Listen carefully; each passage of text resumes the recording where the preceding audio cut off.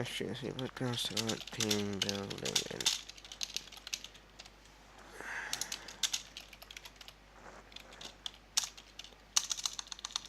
got Skullgirls Oceania.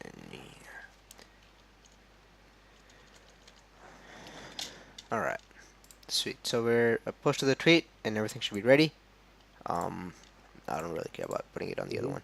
So, alright. Let me just pull up the stream chat real quick.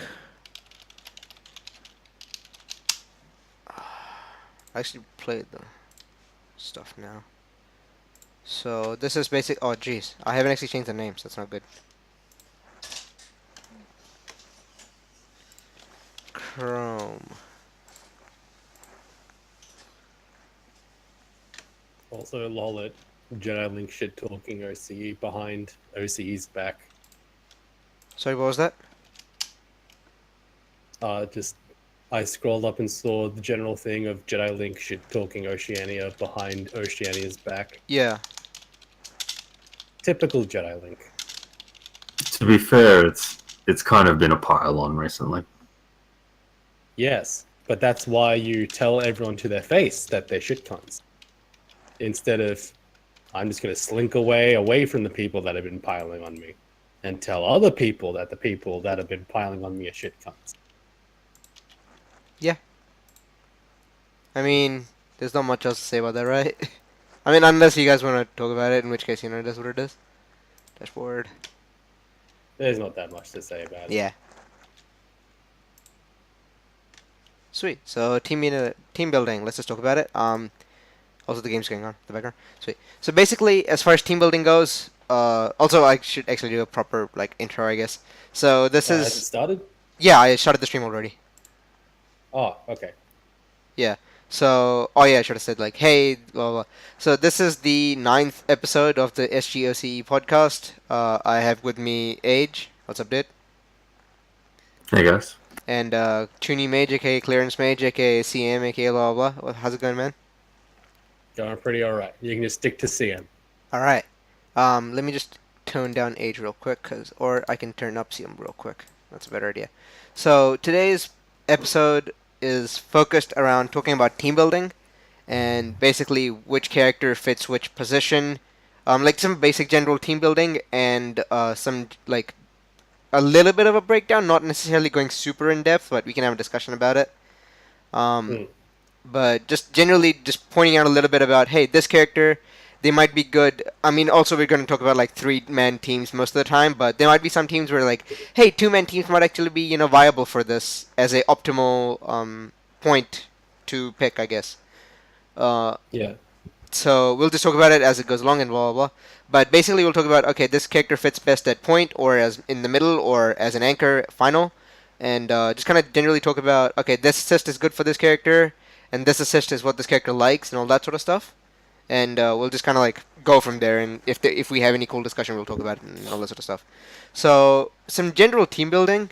I don't know if you guys have anything to start off or whatever, but one thing that I always think is really useful if you want to build a team is recognizing what you want to do with that team and what the purpose of it is, and actually recognizing that, okay, this team is meant to be doing this thing or that thing and all that sort of stuff, and actually recognizing that, okay, for that purpose, then I maybe should I have a 3-man team or a 2-man team, and putting characters in specific orders as to what you actually want from the team and all that sort of stuff.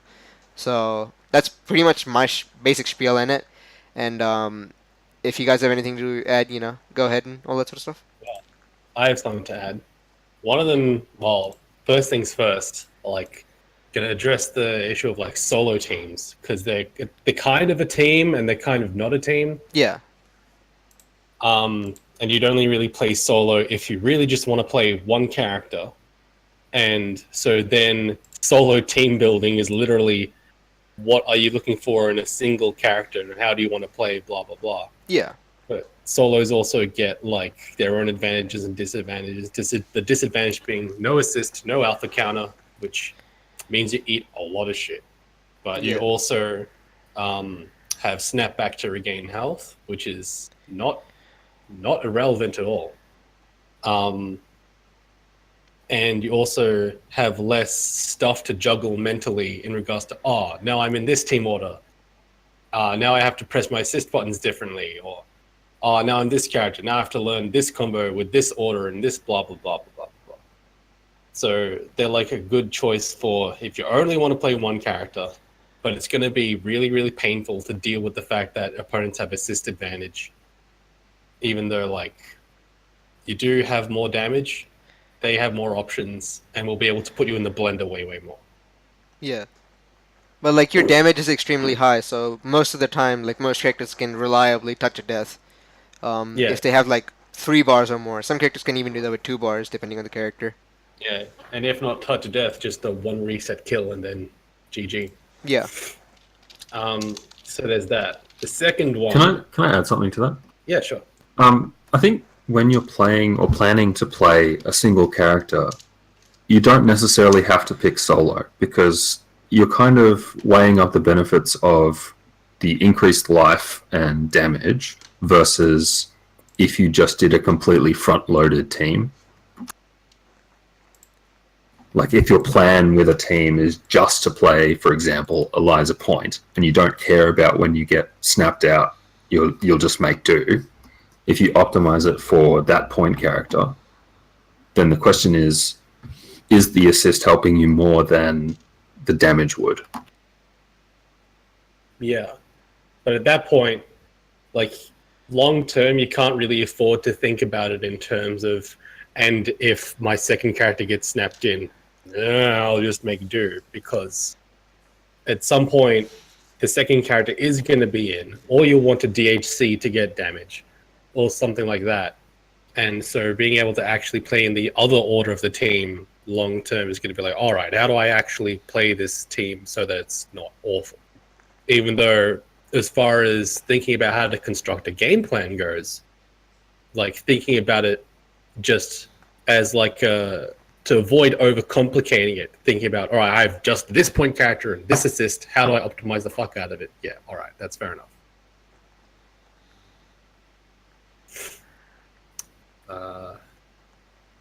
Yeah.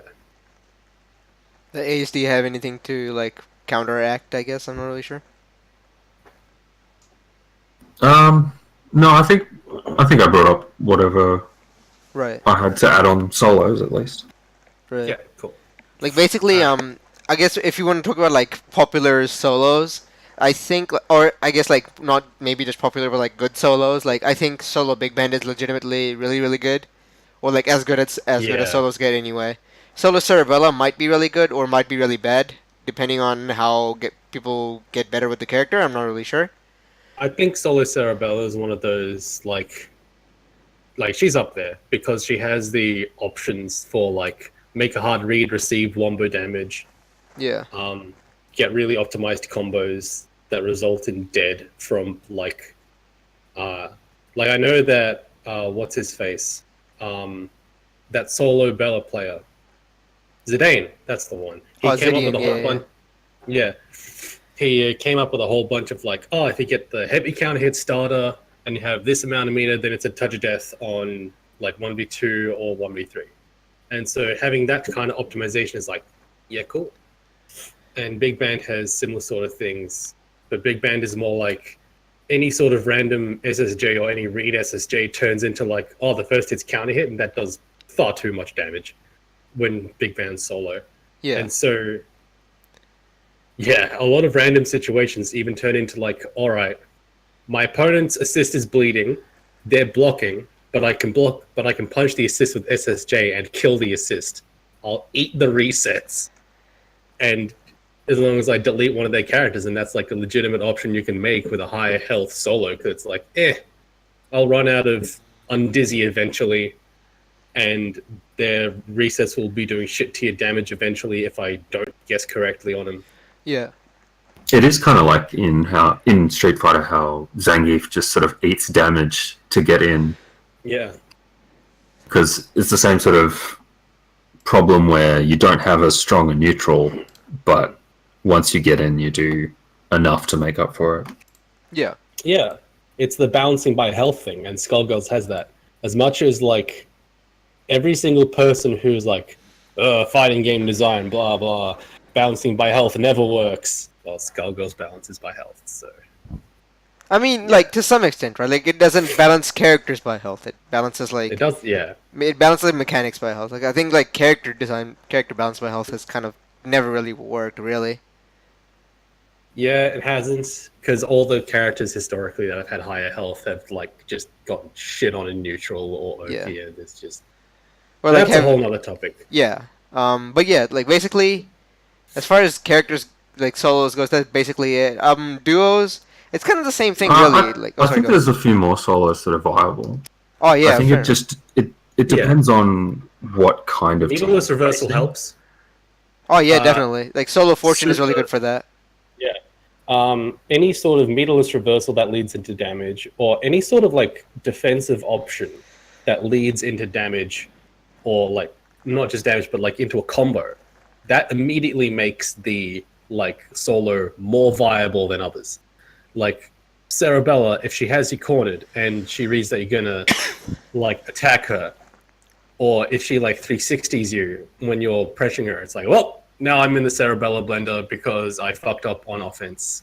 And now she has an entire chance to completely wreck my team. Same thing with Philia, Gregor, or like updo into Gregor, or Painwheel with armor through something, and then, or like Thresher into like fly into combo, blah blah blah stuff. That all those things that let you like do a read on someone and then convert off of the read in a defensive situation, that goes a long fucking way with a solo. Whereas a character like, say, Solo Squiggly actually would be a terrible solo because the only thing she has is like to like combat things like that is like SBO, which is spacing dependent, and Dirt Nap, which if she doesn't have Sing, if she can't do Sing on reversal, so and if she does Dirt Nap on reversal, you can just like do your character's anti Dirt Nap thing and win. Yeah. So it's like even like Parasol is not very good in solo for the similar reason, even though she has invulnerable reversals, because it's a reversal with a very, very big weakness. Like it has, well, you need to charge down to use it, and you need and it has like a long startup time.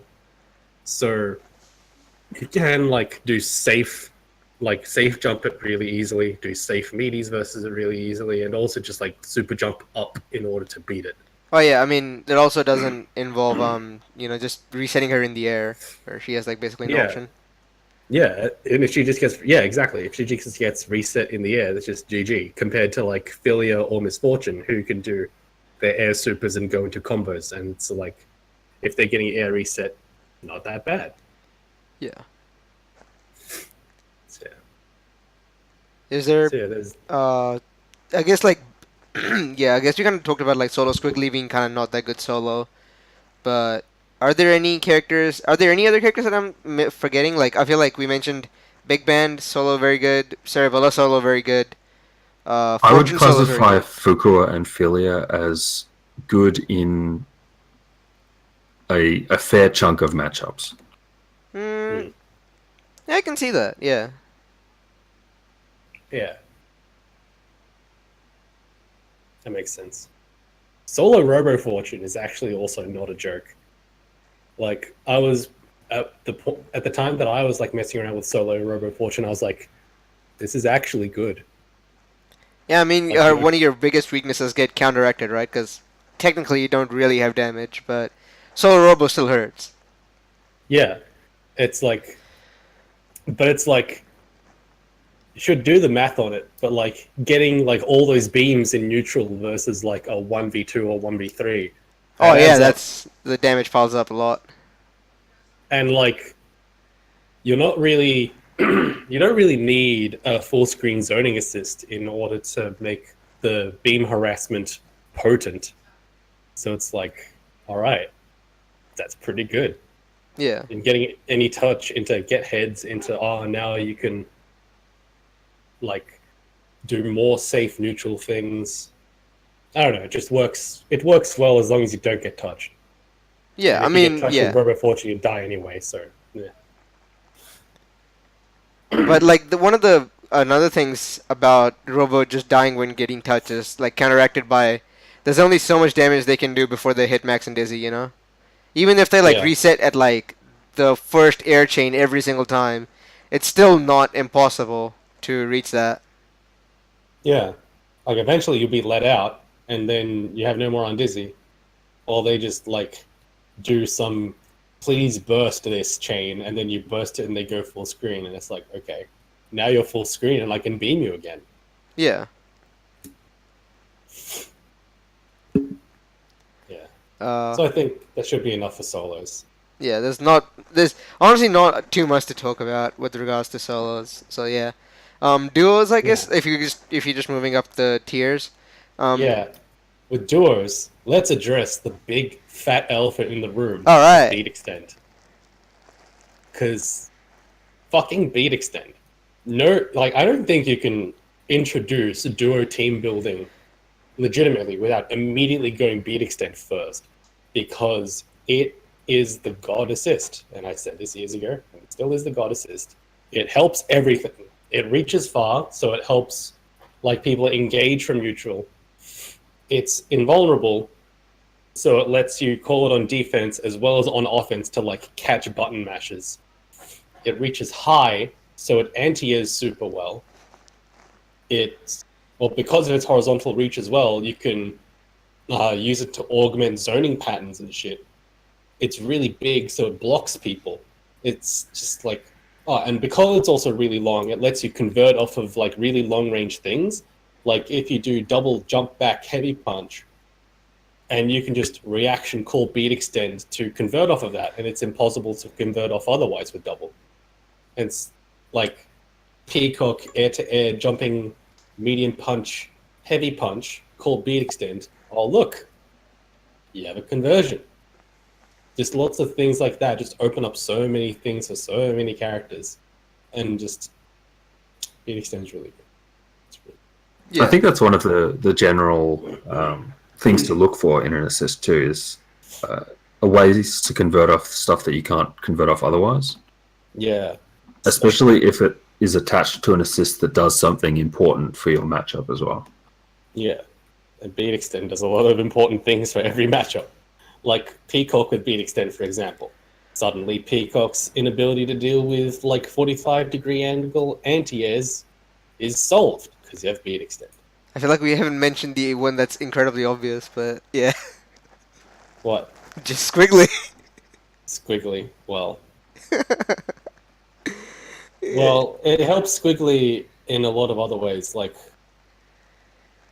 she can actually deal with the 45-degree angle above her decently with jumping light kick and air throw because her hit boxes on those are pretty good. Yeah. And against characters that run out of air options, anti-air dirt nap is actually really fucking good. Yeah. Like, if you're up against like a parasol and they're doing like jump forward heavy punch, just dirt nap that shit, and she's fucking gone. But it's more the big band being a big fucking shield in front of Squiggly. So she can call BXN, go back, charge, bam, now she has Sing, and now round start situation means she now has charged Sing, which means if you're close to her and she sings, she unzips you. Or if you're far away and you try to punish beat extend, she sings and unzips you. Or if you're doing anything but holding block, she sings and unzips you. Nice. Yeah, it's the same for any character that really wants to build up a resource. Like Peacock charging shadows Oh, yeah. is helped a lot by beat extend. Same with Robo Yes, it building is. heads. Yeah. Probably Fukua with shadows, but that's not as much a neutral tool. I think Peacock is helped more with beat extend because like getting an item is faster than getting a head. Yeah. And like I think the immediate value of an item is also way more pertinent as far as protecting your assist and all that sort of stuff, which is also stuff we didn't really mention quite yet, but it's kind of, it's a bit in the works, I guess. yeah. Like Valentine could conceivably do a similar thing, but there's no way you would value losing your beat extend for getting one charge of Vial as well. Yeah, one charge of vial is not that good. It's best like the most value you can get out of one vial is landing a level 2 counter, which you need 2 meters to do, and to read a counter on. And that like immediately puts in a level 3 poison. That's like, all right, that's pretty good. But it's still like you need to land the counter for it. Yeah. They need to get the 3 vial charges in order to like actually get it going, and each of them like have more recovery than the last, and you can't do it in neutral or else you get punished unless you're like really far away and they're not squiggly or robo or peacock. Or does anyone else have like full screens? Or parasol Double has it, kind of. or double? Sewer grab. Yeah, Surrogate's Huh? kind of pertinent for that. So Eliza, I guess. More than a few characters have full screen tools like that. It's kind of useful. Hey, you don't do Yeah. that against Jedi at all. You should do that. What are you talking about? Do Sewer grab as he's camping behind him, getting charged. I do. Yeah. I think I've seen that a few times. Yeah. Wait, you said But you could he- or you He do? can, I do. Oh, okay. But he can cancel and jump anyway. Oh yeah, fair enough. I mean, it still gets Yeah. him to like not charge, but yeah. Anyhow, we're like not discussing the big point. We kind of like did the same thing with solos. Let's just like go over generally basic good duos, like duos Yeah. that you would say. I mean, like X big band, like blah blah. It's, you know, it's, Yeah, We've pretty much said- any X big band works. yeah, And I think the like even with Squig Band in the room, I think that the most like straight up you get the most value out of this Squig Band pairing is Peacock Big Band. yeah, Because well, you get the resets into item drop, you get the zoning benefits, you get the previous conversions that I talked about. It's just it plugs so many of Peacock's things that's like the value from solo Peacock to duo Peacock with beat extend just goes up so much. yeah. Like it Yeah. improves the character the most. Yeah. So then the second assist I would talk about is Robo Beam, like Robo Heavy Beam.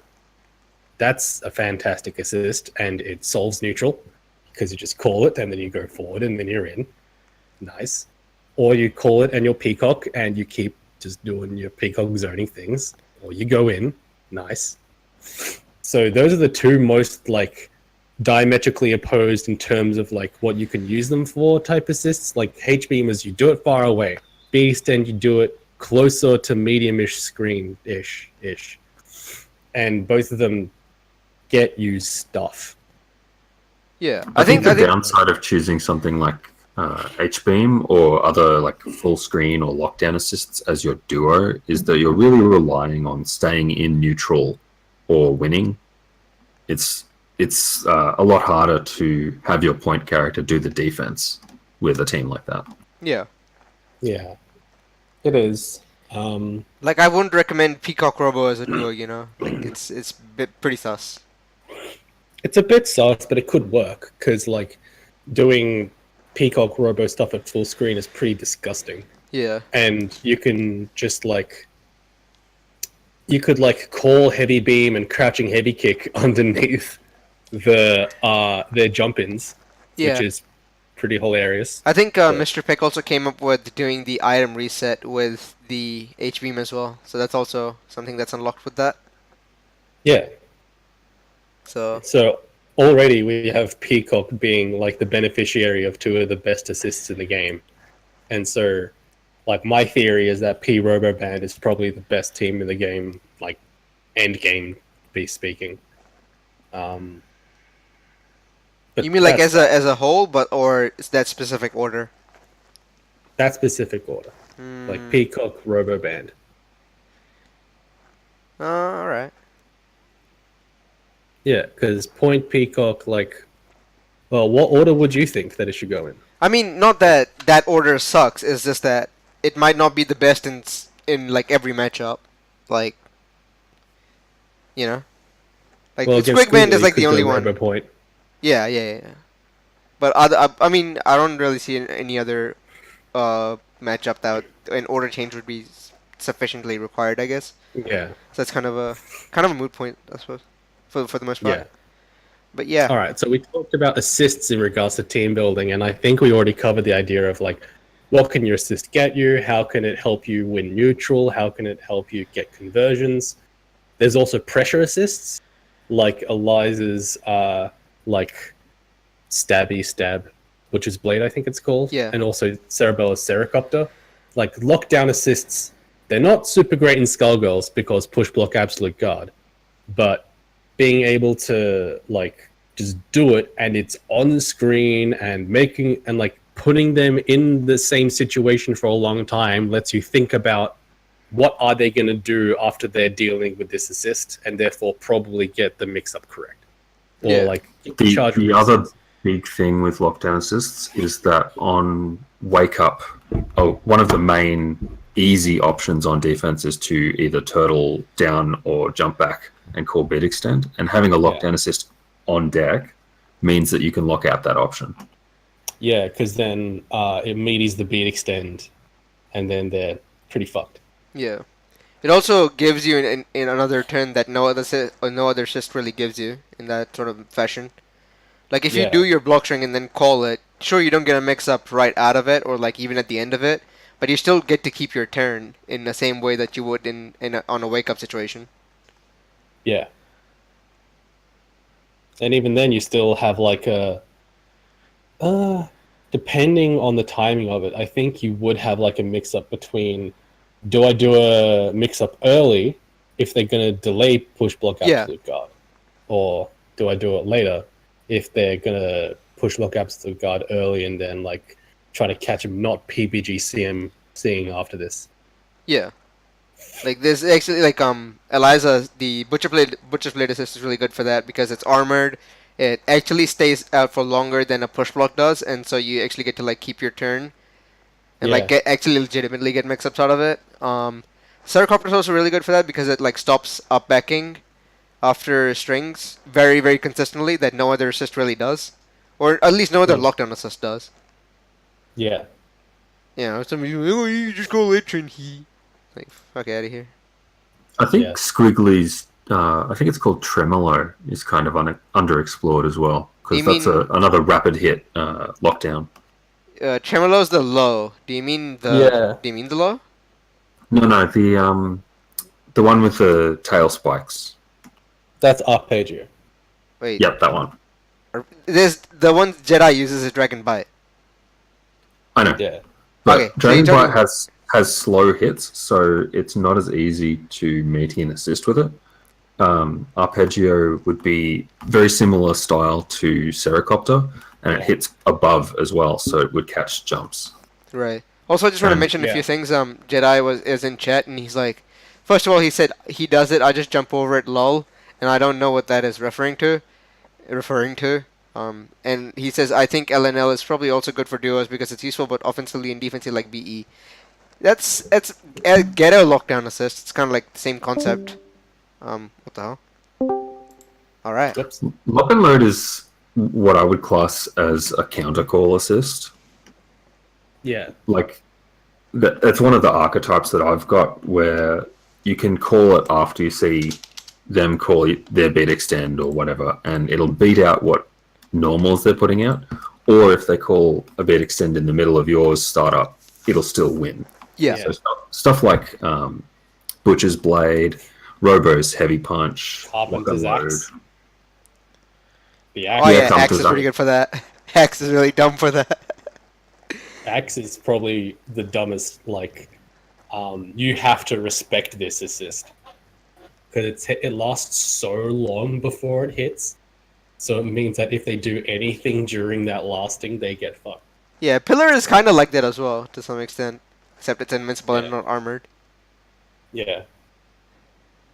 It's also a high, and I think one thing that like is really good for characters that do have hard knockdowns is having a high or a low assist. Like if you have Squiggly crouching heavy punch on your assist and you have a hard knockdown, you can get an ambiguous as fuck high low with is the assist like timed so that it's off meaty by a few frames versus am I going to do my high meaty? It's unreactable. So you get an unreactable 50-50 if you have a low or a high assist in that regard. Yeah, and you can end up with very ambiguous cross-up lows as well, with stuff like Cilia Slide jumping over. Yeah. And that's like the post hit. I'm using my assist to like get a better setup type of thing. Yeah. So Yeah. So I I guess think that's so it like with, seems I that's think like with part. Oh, assist sorry. where you want your mix up to be the assist hits them, it's kind of important to have a character where once you get that hit, you can convert it into a sliding knockdown or a knockdown setup so that you can get your yeah. assist back. Yeah, or some kind of like extra advantage from getting the low scaling hit.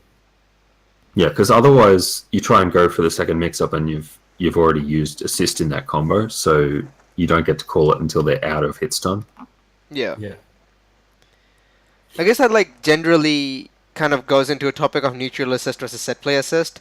And I'm not sure Yeah. if I want to discuss it in the context of duos quite yet. We can just go over it in a separate, like when we talk about Well, assists in general. yeah. Like, because I do want to mention like assists specifically, like after we've discussed team order or team size and all that. Yeah. So, like, is there anything else about duos? Any good duos?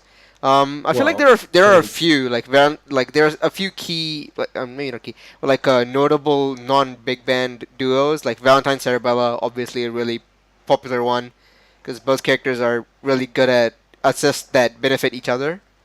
yeah. Um, Absolutely.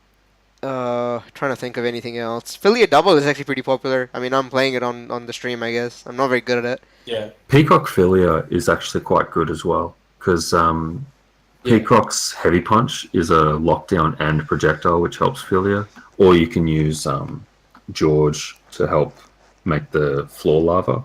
Yeah, Yes. or you can And use Blaine to get having in. airball lockdown and pushback helps Peacocks a lot as well. Yeah. Also, Argus into Gregor. Oh yeah. Yes. Now that's some shit.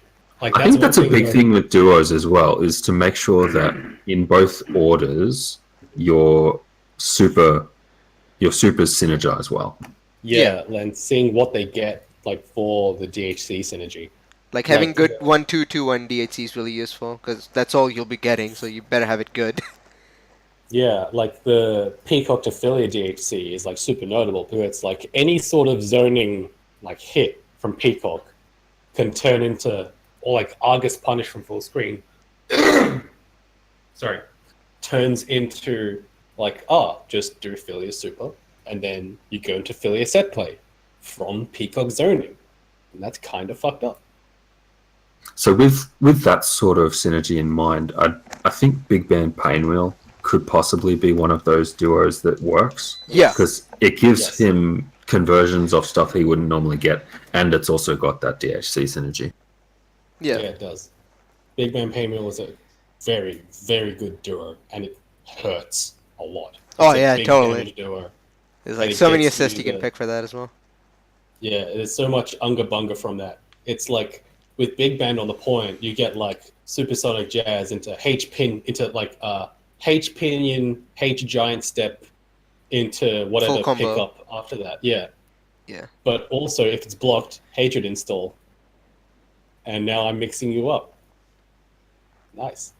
And it's safe, so you can't really do anything about it. And Yeah. not even quotation safe, actually safe. Yeah, boy. Any Parasol Double is another kind of DHC duo, I would say. yeah, like Yeah. anything from sniper into monster to get a combo or whatever. And cat Or heads to even get like- pressure. Or even like you're in neutral and then you just do bikes, cat heads. Oh yeah. And you just want your turn. Like can I just have my turn, please? Yeah. Or like napalm pillar, bikes, cat heads. Yeah. It's like, if they get hit by the napalm pillar bikes, I just convert to combo. If they block, cat head. So yeah, so safe DHC synergy is pretty good. Like if you have a second that gets you safe DHC, it's pretty good.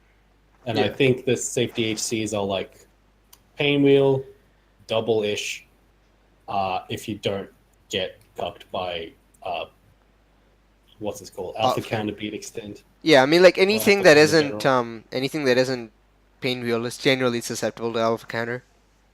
Yeah. But then you can just do it when they have their assist locked out Yeah. or whatever. And yeah. But like Or in they're a the context solo. of like saying doubles ish, like every single assist is every single DT is gonna be that for the most part, Yeah, unless you spend like that's 3 true. bars or whatever. Yeah. So there's Penguin for that. There's double for that. There's is Lenny a safe one or Yeah, safe-ish one? yeah, Yeah, Lenny's one of those. So Peacock as well, and also Beowulf for Heavenly to just get out of there. yeah. Squiggly for SBO. Double for Yeah. monster is somewhat safe depending on context, but cat hits is also way more pertinent. Yeah. Fuku is kind of safe as well, as long as she's far enough away. Yeah, Yeah. you can like throw in SSJ from full screen and then cancel into that. You'd be alright. Yeah. I do the same thing with like SSJ full screen into Val Scalpels. Yeah. Notably, out of the characters that we mentioned, Philia doesn't have that, so it's kind of important. If you want to play a Philia duo, that you don't really get to do that. Yeah. Anything else that I'm missing about duos? Duos do get the alpha counter. They do get assists and DHCs, obviously, that the trios also get. So they also have a bit more life individually and a bit more damage. So that's very important. So like Yeah. 2v3, you're able to melt life bars. You still are able to melt life bars, but at the same time you can like also just delete. You still also have options at the same time. It's like a decent balance between the solo big damage and the trio lots of options, which I think is something worth recognizing if you're playing. If you're picking a team order Yeah. or like team size. But yeah.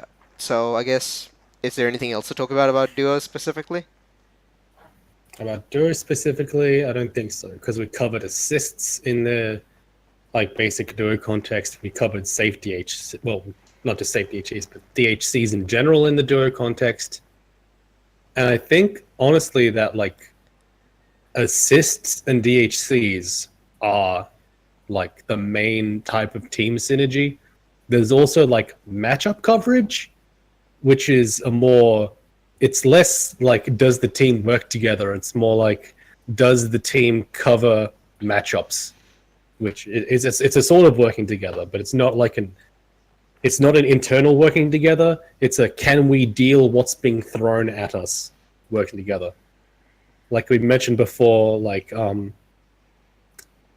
was a trio example where it was Peacock, Robo, Big Band, and we mentioned like covering the squiggly matchup with Robo Point, and that's something. And so if you have a duo where, like, say, Peacock versus like Peacock and Philia, then you could have Philia for, like, say, against Valentine, for example, because Valentine versus Peacock is pretty good, but Philia versus Valentine is like Philia does better against Valentine than Peacock does, I think. Yeah. And so having that kind of synergy on deck like matters a lot, but not as far as like optimizing the team goes, but more just like does my team not get wrecked? But there's a lot of ways to like have your team not get wrecked if it works together well enough. Yeah. But yeah, is there anything else to mention? I feel like there isn't much that's specific to duos. Yeah, I don't think so. All right, so let's just jump into trios. The most popular. I'm not really sure if it's that much more popular. In the context of OCE, I think Jedi plays duo. I play duo. For the most, I guess I'm playing trio now, so I'm playing trio. Yeah. Mal plays trio. Trio. You're playing trio. I'm playing trio, but I'm thinking of like for the time being, like, because I've been really lazy about playing again. But if I'm playing again, I want to de-rust with like Painwheel Big Band as a duo. Right. So you're mainly trio, but thinking of duo. So like I'll put you for trio for now. I'll put myself for trio for now. So there's 2. Mao's a trio, so 3. So out of the 3 out of 5 out of the best players, we have 3 trios, and I mean at the moment 3 trios and 2 duos. Yeah. So trios, I mean, it's a bit more popular, but it's also a fair bit harder to play because obviously you have to like learn 3 characters fairly comprehensively. Yeah, and it's not like, say, Dragon Ball Fighter Z or like Marvel 3, where you can just sort of get by on just like in Dragon Ball Fighter Z, like characters aren't complicated, so you can just learn them and pick them up and you got them. Yeah. But in Marvel 3, a lot of like the super really good anchors are just really unga bunga, so you can just like, I'm down to my last character, pop X Factor, Devil Trigger, unga bunga, and then just win by doing some stupid bullshit. But with Skullgirls, you have to learn your characters a lot more in depth, and you don't have any comeback mechanic resource, so you can't like make up for their being solo with now I have more damage, more speed, more blah blah blah. You just have to do the comeback the hard way.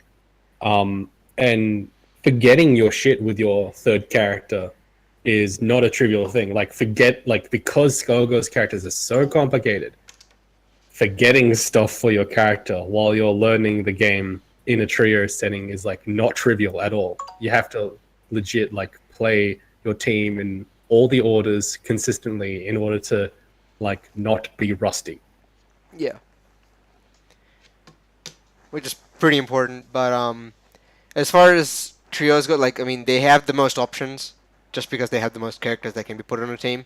So every character will have if all three characters are living, every character has access to three or two assists, which is pretty important. Like two assists can really, if one assist helps your character, there's a big chance that two can just open up so many more options that you wouldn't really realize.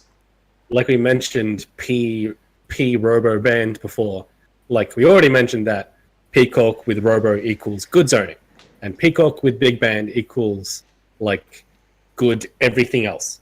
And then you have both, and then it's terrifying. It's absolutely terrifying because you can't go in on Peacock as reliably as if she only had Robo Beam, because she can call Beat Extend and use Beat Extend in mid screen to guarantee item drops and stuff. But even if you like are baiting out Beat Extend, she calls Beam and locks you down anyway into call item drop and do more zoning patterns. And it's like that just covers like the Beat Extend is the half screen towards me and H beam is half screen away from me, and then it's just, well, fuck me. Yeah. And for Robo it covers her defensive options, but it also lets you like get more out of beams with any Peacock assist. There's a lot of stuff with that. And Big Band obviously gets a lot more stuff out of it as well, making his process a lot safer, including other things. So it's a kind of cliche, but like a team is more than the sum of its parts, and you can see that the most with the trio. Yeah. I think what it lets you do, which you can't really do in duo, is pick an assist that covers a weakness and then pick an assist that amplifies the strengths of the character. Yeah. Yeah, like if you had a hard knockdown, you could pick like a neutral assist and a set play assist. Yeah. And then it's disgusting. Yeah, like buffs everything, but like it also depends on now, because like a duo is very much like both of your characters should work, like because it's really important that you have to have that, because 50% of the time you'll be playing one of your two characters, supposedly, but like in a trio, it really depends a lot more on how your team is constructed. Like if it's depending on you need to have like better synergy. You need to either focus on having okay synergy with all three characters, or like really good synergy with like one or two characters, and the last character doesn't really matter that much. Which you have to pick whichever one you want. Just kind of important. If you want to build a specific team, like Robophilia Band, which is something I played a long time ago. I mean, I still do, but like in the context of me playing a long time ago, I was like, I really want to have a good Robophilia shell. And then Big Band kind of exists and gets to use one of these assists somehow for good usage, but it doesn't really matter all that much to me. Yeah, that was how I played when I first came back and picked Big Band. I was basically using Bella and Peacock, and then there's a Big Band on there doing nothing. Yeah. Well, he's being Beat Extend, right? Well, no, Feet Extend. He's being Beat Extend, and occasionally George will screw up someone trying to punish me for doing brass. Yeah. And then you picked the dash assist. That was kind of funny. Yeah, I think I still think it's like theoretically an okay thing to pick because it does the same thing that Beat Extend does in terms of body blocking, and it gives really specific defensive options that other dash assists don't give. Yeah. Oh, in the context of like trios open up stuff like quote unquote gimmicky assists a lot more than like duos will, because Yeah. you can't really afford to pick like sewer grab assist on a duo really, but you can really do it on a trio. You can get away with that shit. You can sort of do it with Cerebella and Eliza, because then it's like now I can force you to jump when I'm full screen when I'm Cerebella. I mean, well, yeah, but it not in like standard measures, you know, like it doesn't really, you know what I Yeah. mean? Right? I mean, it still has value, but like having a standard assist on a duo is so much more valuable, whereas on a Yeah. trio you can afford to do that. Yeah, yeah. But yeah, so I like, think that was another of my archetypes for assists was like sewer grab was specifically a does a thing in a matchup that I need to happen assist. And it had like bonuses of it can stuff up combos if you time it right and you get a hit after the sewer grab starts. But the main thing was it's a matchup where I need something to stop him from doing stuff full screen on the ground. I have an assist that makes him jump.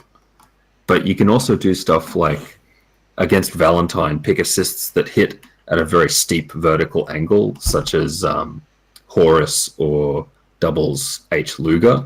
And I think those are actually underexplored as anti-Valentine tech options. Yeah. Horus is very good against Valentine. yeah, I mean, Yeah. you can kind of think of those things as like how Eliza has Horus as a tool. Now you have X character has Eliza's Horus as a tool, sort of deal. Which, Yeah, if you want to think about assists that way, is kind of useful. yeah, it's very good. But Back in yeah. the day, my first team was like Valentine Cerebella with like her diamond drop assist. Oh yeah. I just thought that was the most hilarious thing ever, having a command grab as an assist. Hmm. It's pretty good. It's like they have to react to the assist with jump out. And if they like react too fast, then you low them and they get unzipped by the fucking assist call. And if they don't react, they get scooped into that play. Well, back in the day, that would have been unblockable, I think. If you Yes, it timed right. was. Yeah, I got to like literally just unzip Tomo all day with that by just like staggering my pressure, calling the diamond drop assist, and then he stapled to the ground and free block as well. So yeah, there's that. Old pre block was a pretty smart mechanic made by a very big brain designer. Yes, yes, it was. I still don't get why he made it like that, but I guess that's cool. I mean, I think overall he's done a pretty good job of fixing things and making Yeah. stuff fair, except for Squiggly Yeah. and Big Man. Yeah, you're right. Well, he got to taste it for himself. Yeah. Like in terms of trios, I guess that's pretty much it. DHC order can be a lot more complicated because you have three combinations that you can have. You can have 1-2, 1-3, 2-3, and also like reverse as well. So like 2-1, 2-3, 3-1, 3-2. So like six combinations that should all somewhat work. You know, Yeah, at least to some degree. Like if you can't make like that's why what I feel is Fortune's big weakness. If we were talking about character strengths, is that any like her 1-2 is good and her 1-3 is okay, you know, depending on your other character. But in a lot of situations, the 2-1 and 3-1 DHCs don't really work. You know, if you DHC into her, there's a high chance that it just doesn't really work without a level 3. So if you're Yeah. if you're thinking of putting Fortune on your team, then it's like it's really important to be able to at least have some sort of backup for having not good DHCs and like Yeah. stuff like that. And what each character contributes to a team is also way more nuanced in a trio as opposed to in a duo, it's a lot more simple, and you go, okay, this character gives me this character gives me that, and that's basically it. Yeah, and the characters can go 1-2-2-1. Yeah. That might actually be an argument for the Fortune Eliza pairing, because Yeah. if the DHC synergy is that bad, it may be worth just using your meter on things like alpha counters or metered assists. Yeah. Hmm. Also, like Fortune by herself is amazing at building meter, so she can Yeah. afford to just be a character that just does things all the time, and then you just have a level 3 DHC to just delete characters if you want to. Yeah. Misfortune with axe assist. Mm. Yeah, I mean, Hard I think knockdown into axe assist. Mm. is she good at getting hard knockdown? I'm not sure. Yeah, like she can. Oh, yeah, Level it's 1 Gato, does yeah. sliding. Yeah, Yeah. she has level 1, and also yeah. you can do. It takes execution, but you can do like crouching heavy punch into Tagini heavy cat spike. Oh yeah. You can do that. It's like there's ways to set it up, but yeah, like it's also fairly good with headless as well because it gives you even more coverage than you really don't deserve. Yeah. Oh yeah, there's also like headless like call axe headbutt after head stun ends. Axe is threat. Yeah. As far as trios go, it's kind of hard to say what are notable trios because there's a lot of stuff you can just kind of mix and match, and a lot of them can be decent, but Yeah. uh, P-Robo Band. I mean, That's my notable one. yeah. In my opinion, the team I play, Robophilia Band or Philia Robo Band, all that stuff is pretty good. Because, like, it depends on what you want out of your team, right? Like, you can have versatility, or you can just have really solid options with just one character, and the other two don't really match all that well. So that's where what you want to pick your team for becomes a really nuanced question that you have to actually think about kind of deeply. Yeah. Uh, Starting to think about actually like Philia Painwheel Big Band. yeah, I think that's pretty good as well.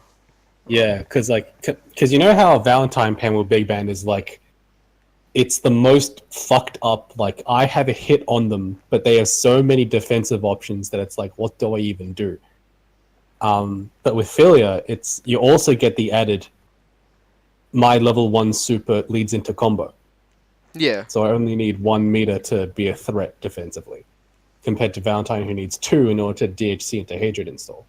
Isn't Air Gregor like nerfed to hell though? Yeah, I mean, Yeah, it's but not it's Ground not Gregor. great. Yeah. Ground Gregor's really good. Up to Gregor, obviously, really solid. Mm-hmm. The fact that she has a solid, defensively, strongly made uppercut is nothing to be scoffed at. Yeah. But yeah, Philia Pinwheel Band. I think if we talk about points, trios, I guess it makes more sense to talk about character positions and where they should go, which is kind of a decent segue if I do say so myself.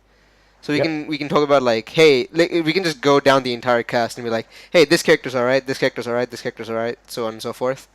Yep. So let's just start with what do you call it? With Beowulf. We'll just do it in alphabetical order because why not? Sure. Beowulf. What do you guys think in a trio? Where do you guys think he goes? I mean, I have my own opinions, but I want to see what. I think he's an anchor. Oh no, he can go anywhere actually. Yeah, he can go. He has the safety HC. He has the alpha counter option, and he has the assist that does a lot of different things. yeah. Yeah. And you can build a team around him if you really want to. Yeah, he's just a solid pick all around. You can pretty much put him anywhere. I personally think the best position to put him was middle, so that you have the option of just doing. I just don't want to think. I want a DHC, and you can just go into Heavenly and don't really care. Also, Heavenly, if it hits, immediately will give you 1 hype, which is really good to have if you just want to be like, hey, I just want to go do my thingy right now, and then you just have 1 hype to go with it, which is really useful. Yeah. He's also not a There's character also- that. Sorry, go ahead. Yeah, there's also that little bit of synergy of like, you've locked them down with heavy chair assist, and then you Heavenly into the chair assist. Yeah. Then you have you can put people into chairs and all that stuff. It's really tight. Yeah. He also has a few assists that you can use. I've been using medium chair all my time, and I think medium chair is really good as a ghetto hidden missiles. Like it's Yeah. good. It's really good in a scramble situation because the assist is coming down. You basically it's like how axe exists, except Yeah. it has a starting hit that's kind of quick, Yeah. and it has an overhead on the way down. So it's really good for that as well. Wait, it's an overhead? Yeah, on the way down. Yes. What? Okay. It's pretty cool. Yeah, on point he has resets where he just does chair and he can do a low or a throw or just let the overhead hit. Yeah, and the overhead has insurance because it stays even if you get hit. Is heavy chairs come down and hit? Oh, No, I don't think it so. only has one projectile hit, and it goes away the sooner it makes a contact. So like you can hit Wow. it on the way up, but it won't hit on the way down. Whereas medium chair will hit on Man. the way up and on the way down. That's pretty good. Yeah. It's Light pretty chairs. fucking- Yeah, it's really good for it's really good with like Big Ben in the corner. You just get to do dumb shit, and you're like, hey, I got chair. He can't do anything. That's cool, and you get another fresh out of it. Really Yeah. good for characters that don't actually have good overheads. Again, like Big Ben. You know, like good ground That's good overheads. But yeah. Yeah. Light chair is also relatively decent. It gives some characters conversions in certain situations. I haven't messed around with it too much, so I'm not really the guy to talk to Hmm. about that sort of stuff. But like some people pick it like Big Band Pro 69, which for my money is the best bail band in the world, or at least the smartest Okay. bail band in the world. He uses light chair, which I think is pretty good, especially because behind Big Band you can hide it, so they don't know that the chair is low until it actually just hits them, or it makes contact or whatever. So I think that's really good. Obviously the DHC is really solid. The damage is alright. Like the DHC in terms of damage is not that crazy because none of the supers do that much damage, but they have great utility. Also, anything into I don't care, I will punch you in the mouth super is also really good. Yeah. It has some utility. Of course, you have to space it, and like they have to be relatively close to each other, but it still has uses there. But yeah, I feel like he's not that great as an anchor because the set play stuff is not really that solid, and hype can be so much more with an assist than without. Yeah. So that's got some things. But again, his set play has good things to reduce and dizzy, so that's got one benefit to him. Because every time he does a mix up, he can just force you to tech or not tech, and teching, reducing, and dizzy is incredibly useful. So there's that. Hmm. Anything I'm forgetting about Beowulf as a team contributor? Well, I No. think H chair is specifically very good with Robo. Yeah.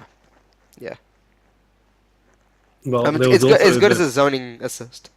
Yeah, as a zoning assist, yeah, it's pretty good. And And a zoning doubles as a assist that, DP assist. that happens to be a DP up close. Yeah. I wonder if one of those got nerfed a long time ago. Give me a sec. I'm getting cold. I have to be right back. All right. Also, I was trying to say H bomber basically, vanilla H bomber. Good zoning assist, but up close it's a DP. It's pretty cool, right? You'd know all about it, eh? Yeah, I never really liked H bomber. I liked the M bomber. No. Okay. Was there a point where the M bomber didn't just go over crouching characters? Or was that never a I thing? think so. I think originally it didn't. but Okay. It was changed many, many times. Right. So it's a really good concept for an assist. So, yeah. I mean, I guess that's not really Beowulf. What assist Beowulf likes? That's a bit of a tricky one. I mean, not really. Like assists that give him hype obviously have value, but that's kind of a tricky one too, because there's so many assists that actually let you get conversions off of body like chair finishers in the corner. So you can do blah blah blah into call assist in the chair finisher and just keep going. That has a lot of inherent value, especially if you had saved OTG. Yeah, I think any assist that gives him conversions off his finishes is probably up there. Yeah, like I feel like And anything that lets him get in from long range against zoning characters as well. yeah, which is why like the Bale Brass duo is such a popular duo, or like Bale Big Band duo, because there's so many assists that just let you do a lot of things. Like Bayo Brass, obviously really good. I played that for a long time. Um, Bayo A Train has some work being done with it. I don't like it, but the guy who plays it is really good, so it is what it is. And Bayo Beat Extend also, like, it lets you get like any hit you can turn into taunt if you are really good at doing the execution. Like you do standing heavy kick into taunt plus assist. It's kind of a hard input. What the hell? Oh, he just all right. Um, so that's really good, but it's not really. I feel like it's not very consistent for pickups, especially mid screen, which is kind of a point that you have to be cognizant of. But like it all depends on like what you value more, whether you value any hit going into taunt into 3 hype, or do you value better neutral with brass, jump heavy punch plus brass being a really solid option. So there's a lot of stuff that you can pick and choose with that particular duo. Um, in other duos, I'm honestly not very sure if there are any non-Big Ben Beowulf duos that are really good. Can you think of any, Edge? Well, I think Squiggly's probably a thing. I don't know if it's good, but Oh there's yeah, definitely stuff that it has that's interesting. I think Philia also. I think the assist lets him build taunt on hit as well. yeah. Like you don't get like combo out of it, but you get a taunt for free. No, I think you might get a combo in Oh, some situations. I can't remember which assist it was, but there was like a lockdown assist that had long enough hit stun that he just got a taunt and a combo. I can't remember off the top of my head. I know Hairball lets him do this stuff in the corner, but I'm not really sure. Um, Bayo, plus what do you call it? H beam is really good because obviously H beam for getting in is really good, and he gets really good set play off of doing the Grendel Killer plus beam, so you get a pretty cheap left right. Stuff like that is really good. Uh, there's a lot. There's a few pairs you can pick. I feel like Bayo Big Man is just so much better as a duo that you don't really want to pick anything else. But in a trio, you have a lot more options. You can pick a good point character. You can like Dikill Sage did Bayo Cerebella Band, and he picked Excalibella as his assist there. So he could just like get any hit into Cerebella and then just get Excella plus taunt and continue the combo, which is really good. Yeah, and same thing with Big Band. He'd get a taunt as Yeah. well. I'm back. Hey. Yeah. We were just discussing like good assist for Beowulf now. I think, and like good duos, because I feel like Bale Big Band is like the biggest, I guess like the best duo by far, and not even just because X Big Band lol, like legitimately really good. Like the best duo for Bale, yeah, Beowulf? yeah. Okay. Because Yeah, that makes sense. because you can pick beat extend for hit into what do you call it? Hit into set play, and like get free taunt and then continue combos. Yeah. Bayo Brass is amazing neutral, and he can confirm off it with punch every single time. It's really good. And Bayo A Train gives you really high damage and like really good conversions, especially once you have hype. But it doesn't Yeah. really give you much in the terms of neutral. Does anyone else have really valuable taunts? I know Robo's is valuable. What about Fuku or anything? Fukua's, I'm not sure it does anything. I'm not sure. Eliza's, it is what it is. Big Band is really useful because more damage is always really good. Yeah. Well, Eliza's lets her do her level 1 in spook mode. Yeah, I'm not sure Yeah, how valuable that that's is kind of inherently. okay. Also, don't I you think get like Robo. I think Robo is the only other one where it's like Yeah. that'd The be taunt worth is super thinking good. about those assists, anti-grab assists to build it. yeah. What's the other assist that we were thinking about? As far as like trios go, then there's a lot of options that you can do with Werewolf. Either you can go with the mid option and just let him be the safety at and all that sort of stuff, and a decent assist for your point character, or you can be a point Beowulf that maximizes the use of hype. It is really up to you which way you want to go. So I feel like if you want to maximize Beo's usefulness and like all of his mechanics in general, you should play him point. But if you want him as contributor to a team more so than anything, I think middle is the best place for him. personally. Like I would play like Squiggly Bayo Band, but I wouldn't play uh like I don't know like Bayo Cerebella Band. Like I wouldn't really play Cerebella Point on that because there isn't much of a point where you couldn't just play Beowulf instead. Especially if you wanted to maximize Bayo. Yeah. But yeah, I guess we've kind of dragged that along for a fair bit. Is there any closing thoughts on the character or whatever? Nah. I don't really know him well enough. All right. Big Ben. This is a very contentious character, I guess, in this context. So, It extend. well, I feel like he's best lost on any team, just because he's one of the most viable anchors, because of high damage, high reads into I just will kill you. Like a thing that you would want in an anchor is this, really high damage, Yeah. decent set play, not crazy set play, and just big, like also like good momentum too. Like if he actually like gets a hit, he can kill a character with 2 touches. Then the next one he gets a taunt and like he's going with it, and then stuff like that. Yeah. But you could make a point Big Ben team that is very very scary.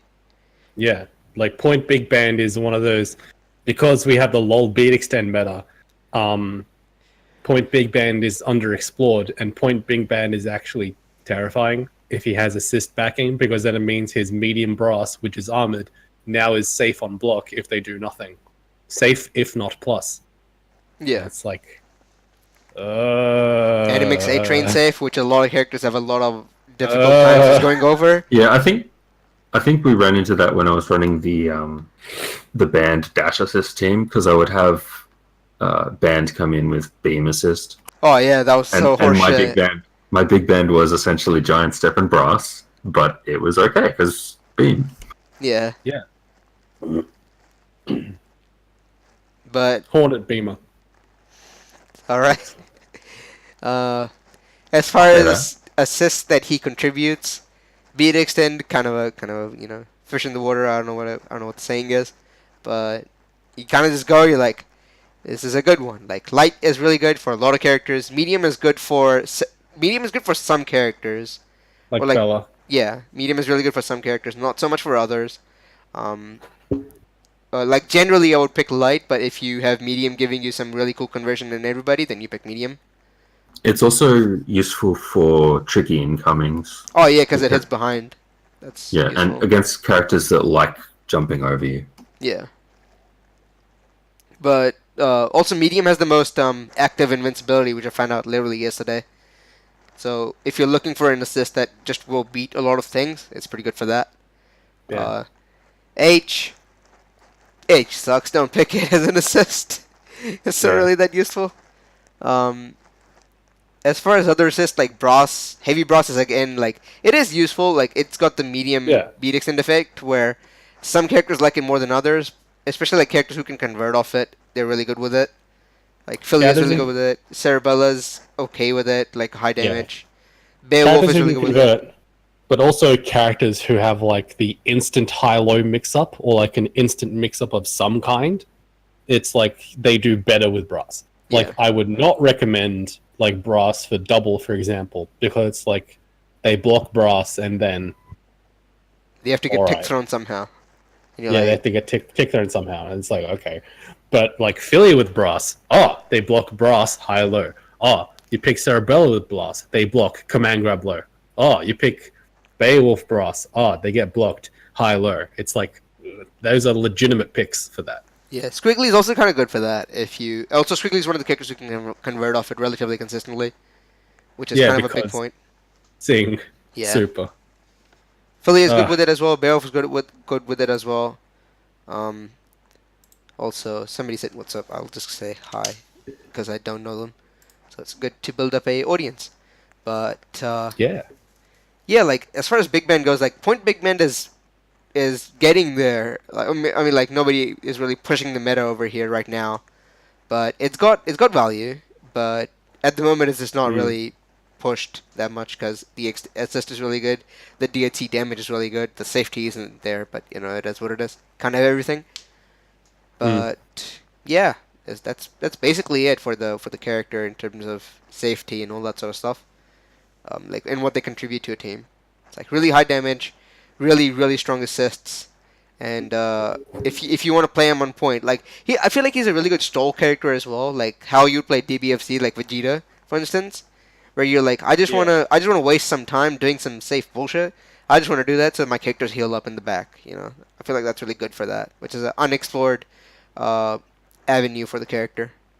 The fact that he can punish things that no other character can punish kind of makes Point Big Band needing exploration. Yeah, like ACS. Oh, sorry, not AC. Push block guard cancel SSJ is really really scary.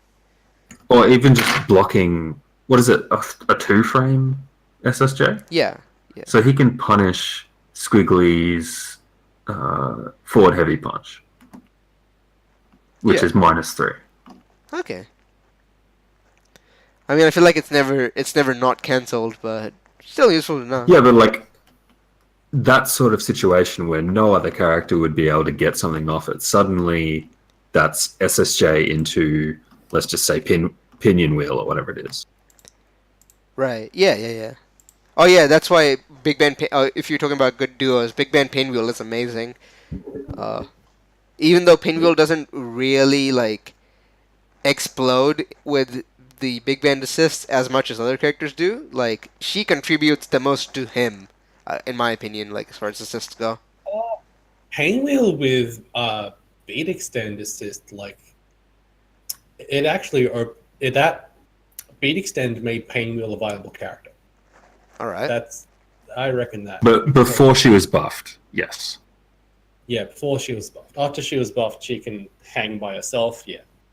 But before she was buffed, beat extend made it viable, and so that's really fucking good. And one of the biggest ways that beat extend contributes to her is that it, like, beat extend reaches if you call it at like tip jumping medium punch range. So any sort of tip jump medium punch turns into like, oh, now I can call B extend for some like transitional lockdown into go in or back off or whatever. And it also unlocks like, I need to get back in the habit of doing this because it's really fucking good. But after the like standing heavy punch, fly, jumping medium kick, safe jump, restand thing, call B extend instant jump light punch is like a fuzzy that automatically confirms because jumping light punch hits and then B extend hit. And it also means that it converts if like they get hit by the jumping medium kick and your jumping light punch whiffs. So that's a really fucking good setup that gets unlocked with Painwheel beat extend. And Painwheel being able to call beat extend on defense and like actually convert off of it consistently. Like one of Painwheel's big weaknesses historically, and I think it's probably still true now, is that she has a fucking difficult time like converting off of DP assist. Yeah. Compared to like Valentine or Philia or Double or whatever. And B extend just like puts it up, brings them down, and all you have to do is like cross under and then sandwich between Big Band and you, and then you pick it up, and it's like, all right, very good. Yeah. So it's one of her best like defensive assists as well for that. And Yeah. again, like just to mention, the threat of SSJ into combo without a DHC is so scary. Like actually, legitimately, really, really scary. Yeah. I need to do that. Yeah. If you stop picking Mnail, I feel like Mnail doesn't give Big Man anything. If you want to pick duo, It doesn't. yeah. Yeah. If you want to pick duo, you have to go HP Ninja. There's no other way. Mm. But yeah. So Big Band Painwheel really good as far as duos for Big Band. I mean, like for other characters, you can pick Big Band on anything. Big Band Philia, I think is like at least somewhat really good as well, because Hairball also lets you just do a bunch of safe garbage and you'd be fine with it. Same. Yeah, anything that turns his like risky garbage into I'm plus if you blocked it is a good assist for him. Yeah. Copper is actually not that, coincidentally enough, because it doesn't reach far. But it's like DNB is really good. Bomber is useful, except the DATs are kind of bad. Like relatively so. Squiggly again really good because DNB actually reaches pretty far, and the startup gets covered kind of quickly. And also, like, the slow startup doesn't really matter that much because even if you want to punish it, the Squiggly is behind Big Band and then she hits you as you're hitting Big Band, which is a really cool mechanic, and lots of teams should encourage that, and it's a really cool and fun and healthy environment every single time. Fugua Eldart's another one where the assist just covers him for a lot of stuff. Oh yeah. And same for George as well, if you want to think about it that way. Uh, I can't think of anything else off the top of my head immediately. But Tear Shot is really good as well for Parasol, because the tear stays on the screen. You just get to take your turn. Yeah. It's pretty tight. I don't know if there's any like assists that amplify Big Band's strengths, because his strength is what, like taking a risk and being able to beat lots of options if he guessed right. Also, high damage was kind of important. It's like anything that lets him do even more damage, which is already kind of scary. Like stuff like that with like LNL is really good for that. Single one hit strong assist. Like I think H Bomber is actually still really good for Big Band, even though it's not really great in neutral. It's like amazing damage. LNL, like I said, it's really amazing damage. A lot of the lockdown assists aren't that, coincidentally, because they're by their very nature a lot of hits, so you can't really do that. But some assists like single hit, lot of damage. H Pinion might almost be that if you can figure out the combos for that. Which I don't know personally. So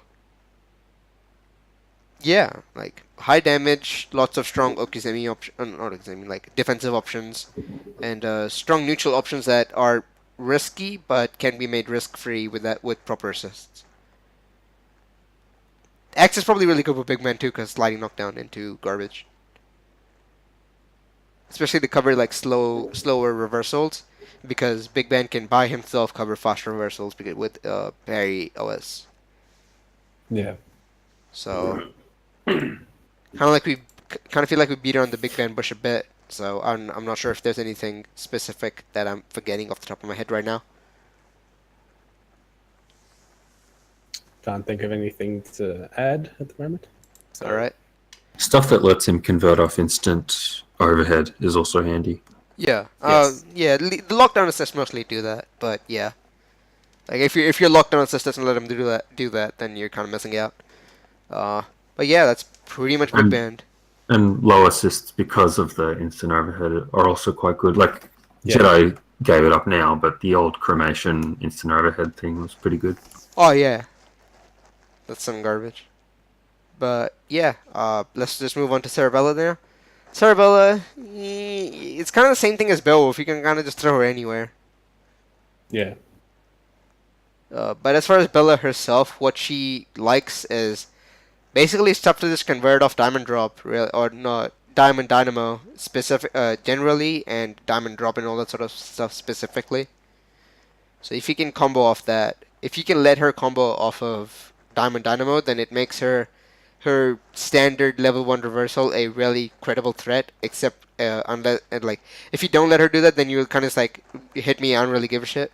But yeah, and it also makes DHCing into her from like reversal supers a thing, because it gives you a combo afterwards instead of just damage. Yeah. But like that's generally like if I was picking a Cerebella team, I'd generally just be looking for that. And characters that let you do that are like Valentine with H bypass and Big Band with medium B extend, which are the two most obvious ones that are mentioned and played a lot. I'm not sure if there probably are a lot more other assists that let you do that, but those are the most prominent ones. Like Philia lets you do it with Hairball. Squiggly does it with Can you get them mid-screen? Silver Cord. I'm pretty sure you just have to cancel the Pummel Horse, if I remember right. Oh, okay. That'd be really cheap if it was true. Jesus Christ. But yeah. The problem is that the damage gets scaled a lot. Yeah, I mean, the fact that you get a conversion at all is in of itself really scary. So you can just go immediately into Bella's 15 mix-up options. Yeah. Have you talked about double squig assist options yet, or did I miss it? We're gonna go over double after Cerebella, by the way. Flash wire. But yeah. Okay. I think the other thing Bella has to contribute to a team is the Alpha Counter 360 option. Yes. Yeah, Like yeah. it's expensive, but it does cover stuff that some characters can't deal with. Yeah. It's also really, really fast. Yeah. Like stupidly fast. Like they have to react to the flash itself, and then do something that beats 360. Otherwise, you just get fucking scooped. Yeah, I don't know how many frames Alpha Counter is in the actual game. Like, I don't think it's many. Oh, the Like, flash itself probably is under not that. 15. The flash is not that slow. You would think it's slow, but it really isn't. But yeah. Yeah. I mean, ignoring the flash, like how long it is before the 360 comes out. Like whether it's 7 frames from pressing the button. I'm pretty sure it's instant. Actually. Yeah, pretty sure it's instant as well. No, it's definitely not. Okay. No? Because it might be hit stop related because I know assists can move during the Alpha Counter. Right. Okay. Oh yeah, that's probably it. Like it depends on what you alpha counter. If you can alpha counter the assist, then that's kind of relevant as well. All that sort of stuff. Good things that Vela contributes. Vela has a really good assist for damage and like option coverage. Like that's one of her like strongest suits as far as the traditional assists go. Like lock and load we kind of mentioned already. Good damage, good option coverage in terms of I'm just gonna do this and you can't really do anything about it for a fairly long amount of time. Sericopter, for my money, is the best lockdown assist in the entire game. So that's always really good. Just because she can cover the up back angle and also last for a pretty long time compared to other assists that still do that. For most of the assists. I mean, there's like gimmicky assists like the command grab assist and Excalibella that lets you get like wild charges with Valentine or like get resources is basically the point. I think it's not quite right to call them gimmicky because if your game plan revolves around, for example, Beowulf just doing lots of damage for no undizzy, then those sorts of assists are really handy. Oh yeah, I mean like but you want to have like a neutral assist to go along with it. Yeah, I didn't mean like Excalibella specifically as gimmicky. I just said like assists that are like somewhat unconventional. Like I would say the command grab assists by themselves are kind of gimmicky, but Excalibella like if it lets you get a resource, then it's not gimmicky, you know. Otherwise, it's kind of like. I think the most gimmicky assist that is probably still potentially useful is the run assist because it's got the pushback and the armor property. Right. And as an alpha counter, you've got options like Battle Butt or Can't Show, depending on what's happening. Right. Or Run Stop, yeah. But probably more viable that almost never gets used is Heavy Kick as a lockdown overhead. Yeah. It's got some uses, I guess. I mean, the second hit hitting overhead is kind of useful. Battle Butt Assist, I think it's... Some characters like it. I'm not sure which characters do, but I know some characters like it. I wouldn't be able to tell you which ones. It would be nice, but converting off it is hell. Right. Okay. I wasn't really sure of it. Like I've heard stories of Battle Butt Assist, but I've never really like known about it too much. Like the job it does is same as Lock and Load, it's just faster. Right. But you don't get the payoff of getting massive damage afterwards. Right. Fair enough. Is that pretty much it for Cerebella? I guess like popular Cerebella duos. Valentine Cerebella, really, really solid. Been the same as it has been forever. On that duo, you can with Valentine you basically want to pick H bypass, and with Cerebella you have a few options. Either you want to go Excalibella if you really like the vial load options, or you can go Sericopter if you want the really strong lockdown options. Do people play lock and load on that? I'm not sure. I can't imagine it's better than Lock and Load. I mean, Sericopter. Right. Right, which team? Valentine Cerebella. Yeah, Valentine Cerebella is pretty much either Copter or anti-air grab. Right. Like Cerebella. Sorry. Like you could use heavy lock and load because assist counter calling, Right. but then that's just assist counter calling, and it's not really gonna be adding any more synergy than just counter calling. Right. Fair enough. That's pretty much it for Cerebella, I think, unless people have anything else to talk about particularly. Well, did you cover command grab assists? I said they're gimmicky for the most part. That's like Well, they like force reactions out of people, so that's good for that. But like yeah, they quote it's unquote can be things to build a team around, but in my opinion, they're not really that solid. if you're playing a trio, like imagine Philia, Cerebella, Big Band Right. with command grab assist. Like suddenly, Philia being in on you is terrifying. Absolutely terrifying. Right. I just don't think it's worth it when you can have other setup assists that do something else. What do Yeah, but Yeah. you get mental guard crushed by the command grab. What do you if in the context of Cerebella, what do you think are the assists that would do that? That would do. As in, like, what Age is saying, like, setup assist that lets you like be more versatile. Like, what do you have in mind? Well, you Age? can look at anti-air grabs. Like you can have a setup where it's difficult to defend because they have to worry about jumping at the wrong time and also worrying about blocking the point character. But it Right. also does something in neutral where you can turtle in the air, and if they pressed a button, they get scooped. And you also have the building resources thing.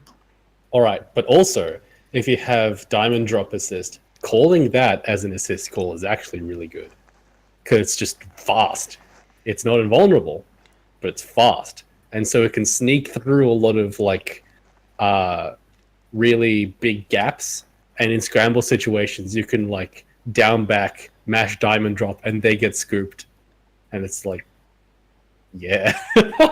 Yeah, that's happened a few times. I'm not gonna mention who it happened to, but it's happened a few times. I've seen it. Pretty good. Yeah. It's pretty good. I've seen people be victim to it. They've always been somewhat depressed. That the fact Yeah. that it happened to them.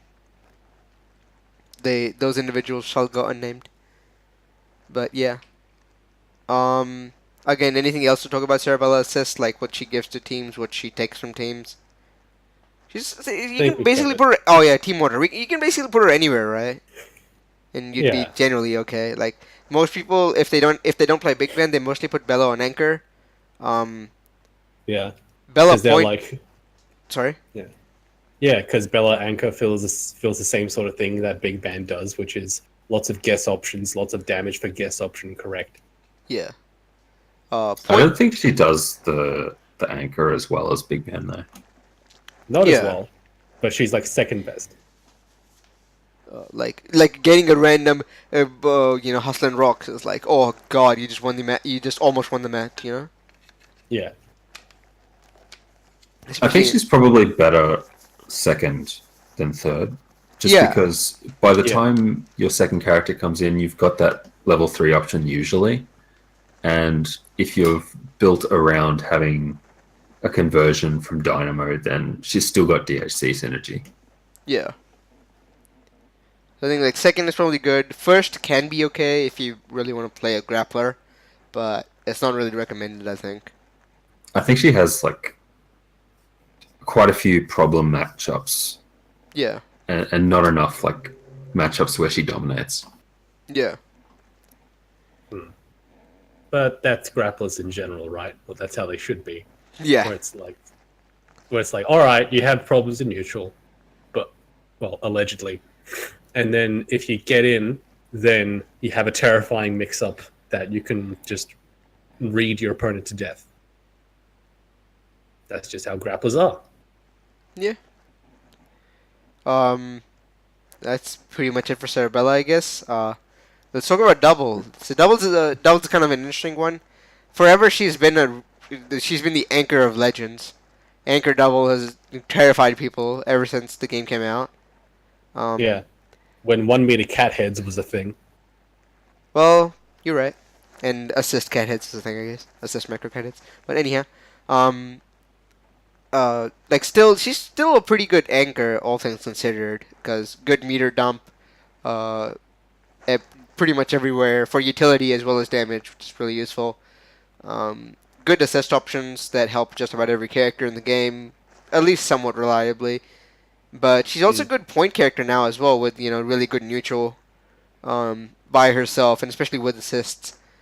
As far as what she provides to teams, I feel she provides lockdown assist, a really solid lockdown assist, and now Cilia Slide is kind of picking up in America and Japan, with Severine playing it, Liam playing it on Robo Team, Severine playing it with Filia, and in Japan, Pen Pen plays it with his Parasol Beowulf team. Because it's a good low assist that reaches pretty far, breaks armor, and lets most people just get random conversions really easily. So you can kind of just be like, hey, I just call slide. Oh, they got hit. I just have forever to confirm. It's pretty tight. It's also pretty fast for what it is.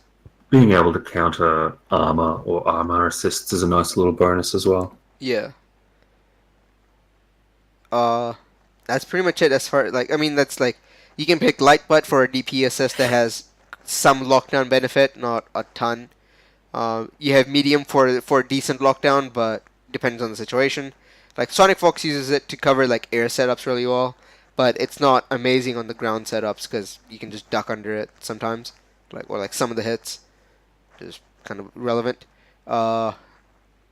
Heavy Bomber, I think Mao's like the only one who actually still plays Heavy Bomber at all, but it's good for zoning. Yeah. And good damage in zoning. It is good for zoning. It's good to sort of like be a ghetto brass. Yeah, pushes them full screen, all that sort of stuff. It's really useful. What other assists do people pick with this character that are actually not shit? I know the game says to pick Light Luger, and I think that's kind of garbage. Speedline Steve on Light Luger. I think H Luger needs to be looked at. It's not bad. It's definitely like what you said about it being an anti-air assist is legitimate. Yeah, like if Beam is Hornet Bomber because it doesn't have a hitbox, then what is H Luger? It's like a vertical. It's beam. diagonal updo. Right. Updo that reaches higher up. Right. And very updo. Oh my god, it's fucking upper. It's fucking Captain Collider. Yeah. The other thing is, I think as an alpha counter, it might be safe if you can actually get it to go active. Well, what's its startup? I don't fucking know. It's like 12 or 13 frames or something. So it's like somewhat slow, actually. Yeah, that's pretty slow for an alpha counter. That's not invincible, yeah. But you could punish things with it. Yeah. You could definitely punish things with it. Like if they're doing some idiot jump in string, you can just be like block it and then alpha counter to double, and you're like, no, I just shoot you in the butt. That's pretty cool. Yeah, or if they do like light brass, you could do alpha counter into heavy Luger, and does it fucking? It pops you up. I'm not sure if you get like a big pop up, but I know it pops up. Yeah, it might pop up. You might need to like go into monster afterwards in order to I think you can get dash crouch like I'm pretty sure. Yeah.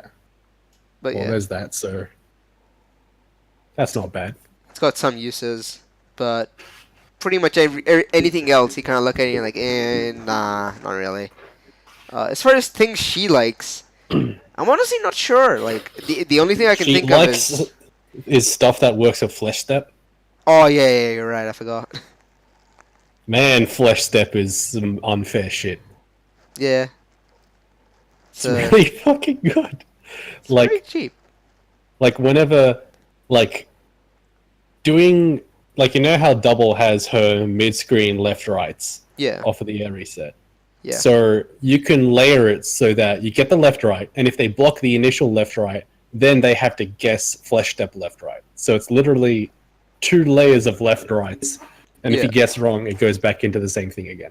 Yeah, I think like there's a American guy who like came up with the setup that's pretty cheap. So like he'd do an air reset and then he'd like either do a crouching heavy punch on the same side or the other, and then he'd do crouching heavy punch flesh step and assist. And most assists let him confirm off it, which is pretty cool. Yeah. Like just crouching heavy punch flash step and just combo. Oh, but if like they block it, then they chicken block land, and then they get left righted. Yeah. Yeah, that's pretty gross. But yeah, stuff like that is really good. Stuff that makes gunshot safer, I think it's okay. It's like a good pressure extender. Mao uses it like that a lot of the time with beat extend. Yeah. Stuff that lets her confirm off a jumping heavy punch is really good. Like basically beat extend. So like jump back heavy punch plus beat extend is Yep. insane. You can probably do it with Stuff other that- assists as yeah. well. Stuff that lets you play neutral better is good with double, because I don't know if I agree with that because I think one of her main strengths is that by herself she can survive neutral. That's why she's a good anchor. Yeah. Yeah, that's true. So Yeah. It's kind of weird. Most- Like she's not like Philia where you like, or maybe not even Philia. Philia's kind of a bad example. Like she's not really like Squiggly where she needs time to set up something or whatever. She kind of like just goes. So it's kind of like weird. Can't really think. Like, I mean, she goes well with Big Band. Obviously, she goes well with like, she's kind of like Big Band where you can just throw double on just about any character and you'd generally be okay. yeah. But like 4 double, like lockdown assist is probably okay just to push them to the corner. Like corner push assist is probably really good for her, just so Yeah. she can get her corner garbage going, which is actually kind of terrifying. Uh, stuff that makes her able to confirm off of stray hits easier is really good. Uh, Hmm. but yeah, like in terms of assists, she doesn't really require too much. And Yeah. a lot of things end up just being bonuses more than anything. Double Yeah, plus she- Light George is I think one of the better pairs as well because against double I feel like staying on the ground is generally like an okay thing for the most part. But you put L George on it and then you're like, hey, I'm just gonna or like it's like really good as a anti chicken block punish. Like it's a really good deterrent for that because you would then put the George out and they just can't up back punish blindly. Which is kind of Yeah. relevant. But yeah, I can't think of too much stuff that double like enjoys having. You can kind of put her on any spot, but probably her best position is mid now. But she can be a Yeah. serviceable anchor, and a serviceable point if you really want a good point with neutral. That sets up your resource character. Like double Beowulf Big Band would probably be really solid, but double band would not be as solid. Yeah, double into like who can meter dump? Like does double Philia meter can dump? meter. Yeah, but it's like there's meter dump, but then there's like meter dump that's actually like efficient and shit. Because I think that because double can be self-sufficient for like her left-right mix-ups and her Oki, she can like just do those, and the setups are good enough that she doesn't really need to spend meter on them in order to make them super duper good. So she can like do that and then meter dump, or she can like spend her meters on monster to make her low on dizzy resets do even more damage. Like Yeah. point double's pretty good. Characters that enjoy having tons of meter, like Squiggly, I think probably would be a really good character for that. Like, so Yeah. you do a bunch of double garbage, and then you bring in Squiggly, and she can have a charge and like 3 SBOs ready to go, like stuff like that. Yeah. Peacock's also another big damage Yeah. meter dump. Yeah. Yep. And with Squiggly, you also get the crouching heavy punch assist, which synergizes with the hard knockdown. Yeah.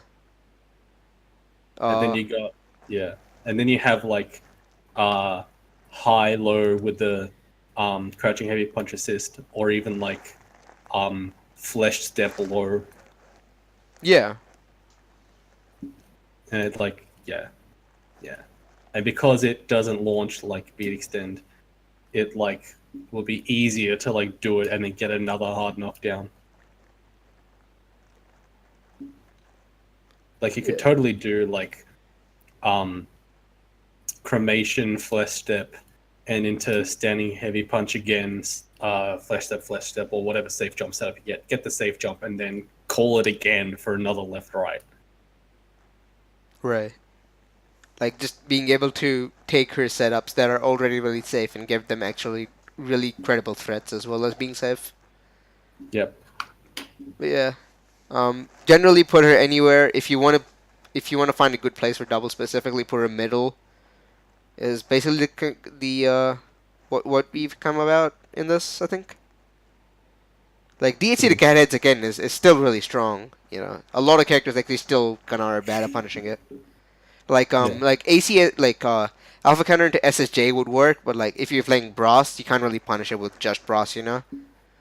Or even with medium extend, I'm pretty sure it doesn't actually punish it consistently. You need to have light. So like Yeah. it's still relatively safe given circumstances, given your opponent's matchup. And still, you get really solid pressure out of it, and then you get to be safe with double, which is really good. But yeah, Mm. that's basically it with double, I think. Anything else to really talk about with that? I think it's kind of crazy that she turned from being an assist character that anchors with meter burn into like kind of an overall point character Yeah, and with some DHC synergy. yeah, She's still like viable on almost all pairings, but in a completely different way. yeah. Yeah.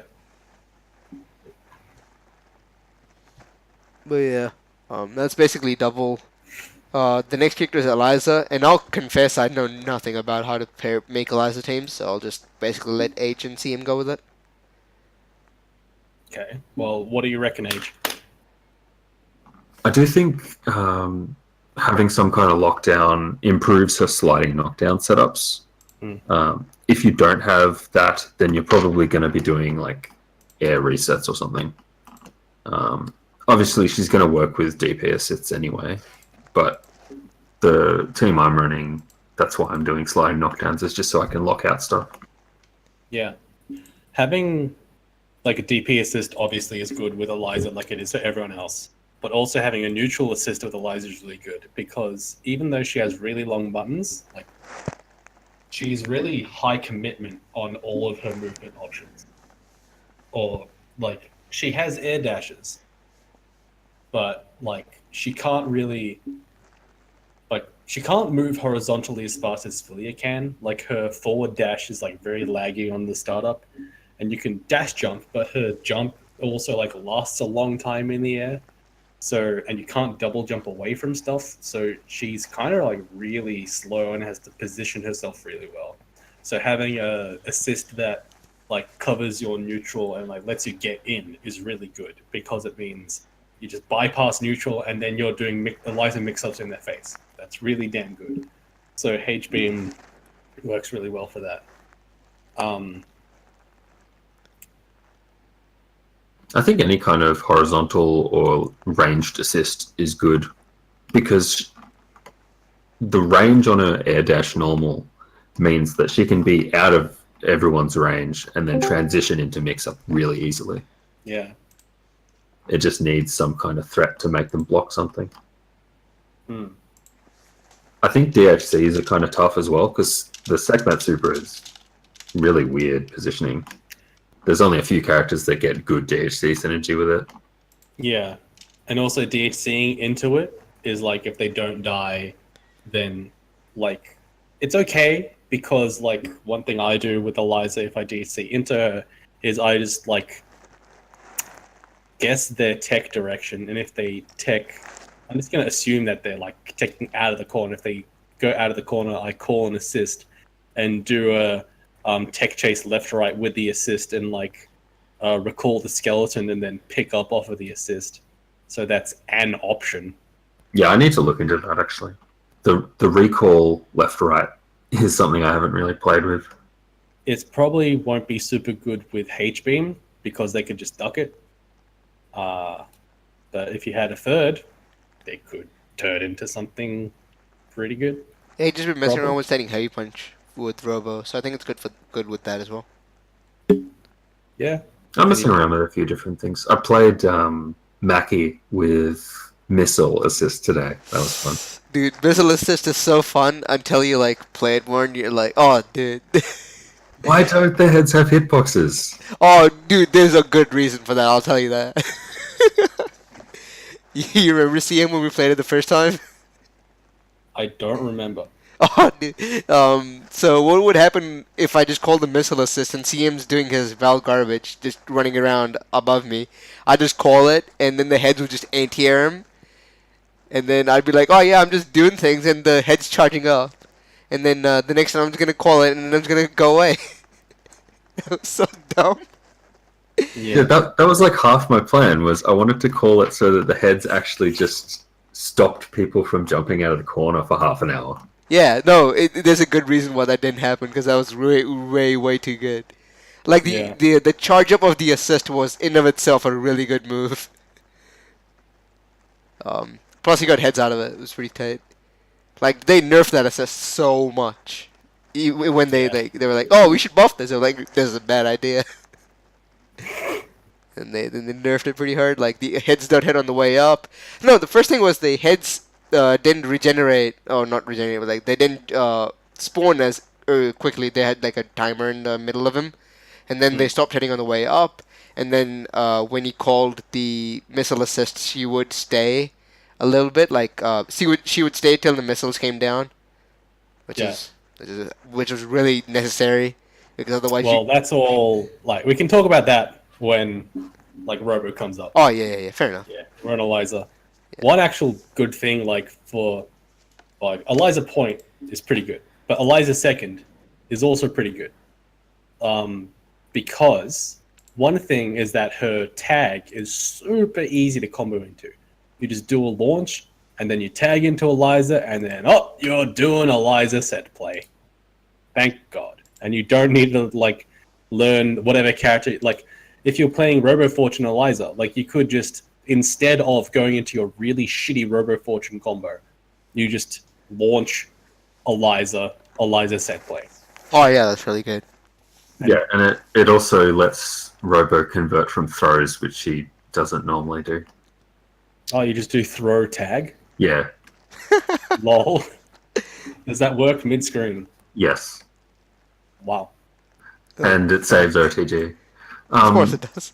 I think with that kind of synergy, Eliza is better as a third than a second because DHCing into Sekhmet Super is just not that good. It does a lot more damage than you would think. Like, there's so many times where I'm just like, oh, that's not gonna kill. Why did you do that? And I'm like, oh, that actually killed me. All right, I messed up. Even if it kills, I don't really like killing with that super because I have to spend time recalling, so I don't get to set up properly. Okay. Fair enough. But yeah, I think Beowulf has a similar thing where the tag is actually a team synergy aspect. Oh yeah, we didn't really talk about that, huh? I mean, it's not really that pertinent to Beowulf that much because, like, if you hit the Beowulf tag, you pretty much only get like super. That's basically it. Or if you get it in the corner, then sometimes dumb. Look at how Haggarth is using it though. He gets cornered, and now he can Bayo tag, and you're cornered. And in our set, you hit Bayo tag like 3 times and got double snaps out of it. I mean, like, if you're looking for it, you can easily react and just cancel it into whatever you want. Just destroy me. I think it's more of a gimmick than anything else, personally. I guess it depends on reaction time. I mean, like, if I'm playing in 200 ping, then it's a legitimate reversal option. I'll say that. Yeah. 200, like, whatever ping, like some garbage ping. You can legitimately use it, but I think in most situations it's not that good. It's still useful, but anyhow, we've like passed Beowulf, so it's no point arguing or whatever. Complaining about spill milk, all that sort of stuff. Assists that Eliza provides you. There's so many good lockdown assists that she gives you. It's kind of nuts. Yeah, she has like big chip damage assists. She has like you can't do anything for a while assist. And she has mix-up assists. She has a low multi-hit. She has a high counter-hit thing. It's pretty crazy. Yeah, Horus assist is really solid. Yeah. I didn't even think of that, yeah. Horus assist what were you is thinking really then? good. Oh, the axe assist. Oh, right, yeah. Horus is really good as well, but Axe is also really good.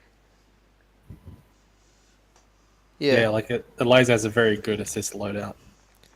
I don't think any of them are amazing for neutral per se, but they need to be set up a bit before they can be useful for neutral. Yeah. Like you can't just be like, I'm just gonna call this, it's gonna win for me, and then do things. You kind of have to like set it up and like be in a good neutral spot and all that sort of stuff. Mm. I kind of think Butcher's Blade is the closest thing to that because Yeah, once you learn the range of when to call it when they jump forward, they'll just land into it and they can't do anything. yeah. But like I think that one like the segment assists, which are kind of interesting because all of them spend bar. So like having if you're a character that has weak meter build, it's not really that good with them. But like characters like Fortune who just dump meter on you, or Cerebella who gets 1 meter out of basically any conversion ever, or Peacock who just builds meter neutral like a ticking time bomb. Like all those characters who really like having a big lockdown assist like that. Well, Coincidentally, they're all really good with it as well. it's also like if you don't care about using your super, you can just keep calling that assist when you have no meter. Oh yeah, you're right. Or you can just convert it into a hit and then tag to Eliza and do set play Yeah. from that. Yeah, you're right. Yeah, Eliza, that's actually a really good point. Like, just using the assist to guarantee in whatever way you can the set play conversion, and then tag Eliza set play, blah blah blah blah blah. Yeah. So like as far as Eliza teams go, Fortune Eliza is pretty popular because again, strong meter build with Fortune, so you can just sneeze on them, pun intended, and just build neutral from build meter from that, and then at the end of it, you also have strong DHC synergy. Hmm. And Eliza is also one of the characters who can set up the ground super pretty consistently, where you just do blah blah into the air super, and then you can just convert. You can just DHC to the ground one with the Fortune. It's pretty tight. Uh, I feel like Philly Eliza can be good, but I'm not really sure. Peacock Yeah. Eliza has some potential, but it's just kind of like, eh. Valentine Eliza is really good. Oh yeah, you're right. Because, like, call axe, super jump shuriken, and then if the shuriken hits, the axe hits, and it's all over. Yeah, it's pretty scary. Trying to think of other characters that really like that. Also, it's kind of funny that I just was like looking for more sets because the only set I had was like a 20-minute set, and we've played that like more than a couple times because it's reaching 2 hours now. So I found an age in my set where he's playing Eliza, so I think it's kind of funny. But yeah, um, yeah, like I can't think of extremely like all the Eliza teams. I feel like kind of like all right, but as far as Eliza on them, like what is she like on them specifically? It's kind of like good neutral assist is all right, probably. Uh, I Stuff think that probably neutral makes her. is like win more, but she kind of does need a defensive assist if she wants to be a well-rounded team. Do you think Either a good? defensive assist or a defensive alpha counter. Do you think having a good lockdown assist would be good so you can do DP lockdown? Because that's not an option we've actually considered. Yeah. Actually talking about. Her DP is throw vulnerable though. Oh yeah, you're right. So throw into assist is pretty good against it. Uh, yeah, not sure. I can see the need for a good lockdown assist though, Hmm. or like a good like defensive assist. But yeah. As far as positions, I guess people like said good like second and third, like not really great point. I disagree with second. I think she's better point or third. Okay. Because Fair enough. on point she gets to threaten DP from round start Yeah. along with assist. Which isn't like the solid thing to do, but it's a threat. Oh no, it's a legitimate threat. Yeah. I've been hit by it too much. But yeah. Do you think she has anything? Do you think like any assists would be useful for her that let her deal with getting beat extended and neutral a lot. Because I feel like you do that with Beam a lot, where you like do your garbage and you have Beam protecting your big buttons, so that you can't really get beat extended for it. Hmm. So I think that Anything might be with pretty good. delay that can beat it, like lock and load is probably that sort of assist. Right. Tear shot maybe. Hornet bomber. Brass, obviously. Yeah. It's like good armored stuff. Uh, yeah, like stuff like that will probably be useful. But yeah, I can't really think of anything else to talk about Liza. Again, I don't really play the character much, so I'm not really sure. It's up to you guys. I think that covers it. All Yeah. right. So you can talk about what's the character again? Philia. Yeah, Philia. Just looking at the list. So Philia, I'm gonna say I'm kind of an expert on that. You know, I don't know why, but I think I am. But I think Philia, I feel like she's really best point nowadays. Secondary, Yep. like maybe sometimes, but depends on the team. But like mostly, I would just play Philia point in like almost Yeah. every single situation, except for maybe Updo like got some really garbage matchups. Yeah, Updo got nerfed for like no reason, so like Yeah, her being second or third is like less good. And yeah. it's like if there's any assist that I thought was a problem assist, it's definitely Updo. So Is good it job. now? Yeah. Oh yeah, no, fair enough. Like is it like it actually like because back in the day you would actually hit 3 times, right? As an assist. Back in the day, yeah. But nowadays like that got changed, but it's like it was going forward longer than it should have been, quote unquote should have been, but no one found that a problem until like someone saw that she actually goes too far forward compared to other assists, and then that got changed to be normalized for the sake of normalizing it. Right. So it's like What? that arbitrary, yeah. But Like other assists hang back now. Like it's not like it's the same for each character. Yeah, every assist basically like depends on like every assist arbitrarily shows up whenever it's supposed to or wherever it's supposed to. well, then I don't know. Like I know that Updo got moved backwards. I know Like that happened. that was one of the reasons I originally tried out Sewer Grab was because she appeared behind me at round start, so I could avoid beat extend calls. yeah, like Is that Ringlet because actually she shows up moves behind you. or because like she moves backwards when she does the thing? I don't. She shows up far enough behind me that if she does move, it's far enough back. Same with Yeah. Beam. Like she shows up behind you. Yeah, like Ringlet does that as well. If you're talking about Philia again, it's kind of pertinent. Like Philia, like Ringlet shows up behind Philia, but Dixon shows up like slightly in front. I'm not really sure. But yeah, so I think Updo isn't that good nowadays. Like her hairball assist is probably her best assist overall. yeah. But lockdown is seriously good. Yeah, like Hairball, Yeah. I think is legitimately really good. Like might It even is. be top 5 assists in the entire game. That's how good I think it is. Like, cause like every character can make really good use of it. There's no character that doesn't make good use of it. You know, Yeah. like you can think of like any character and you're like, yeah, Hairball's really good with this character. Like Robo is good with it, Peacock's good with it, Valentine's good with it. To some extent, I think Fortune's probably really good with it. What the hell? Just give me a moment. Alright, I got a missed call. Let's go. Anyhow. But yeah, like Philia, like I'd say most definitely a point character. Yeah.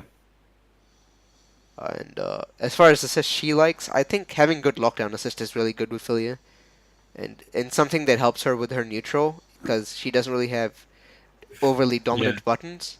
So having something that is overly dominant and lets her get in is really useful. Yeah.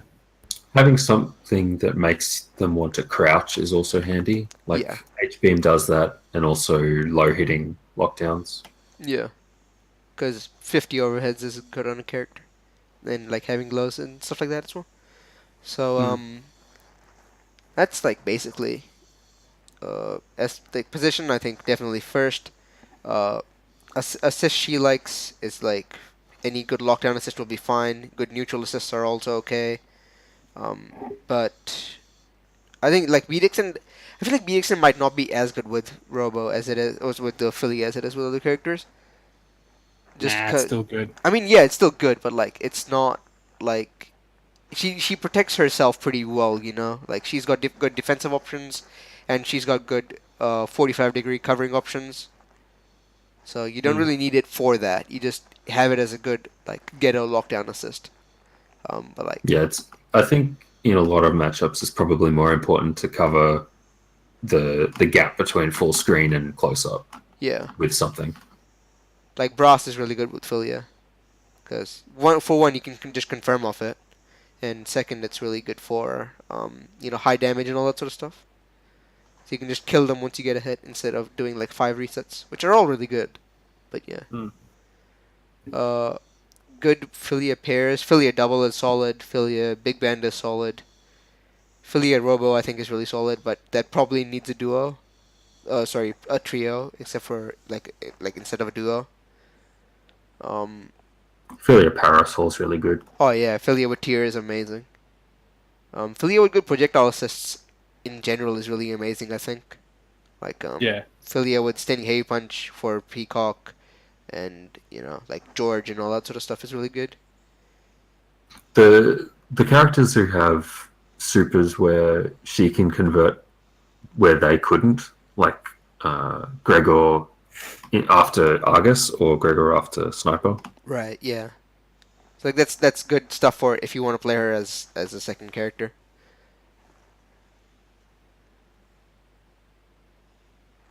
Right.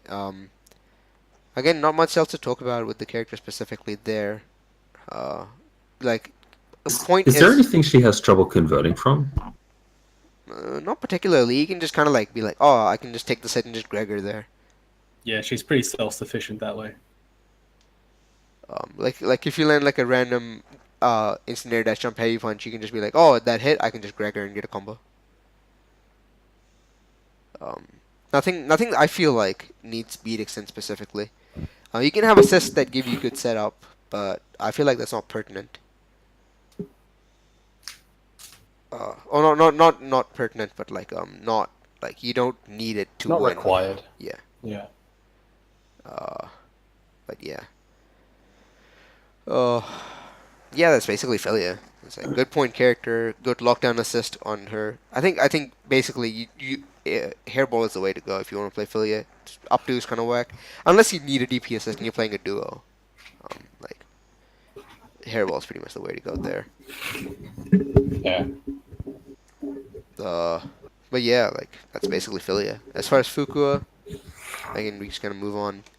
Fukua, kind of a weird character. I'm not really sure what I assist have no idea about Fuku. Yeah. I think like so heavy drill, that's one of them.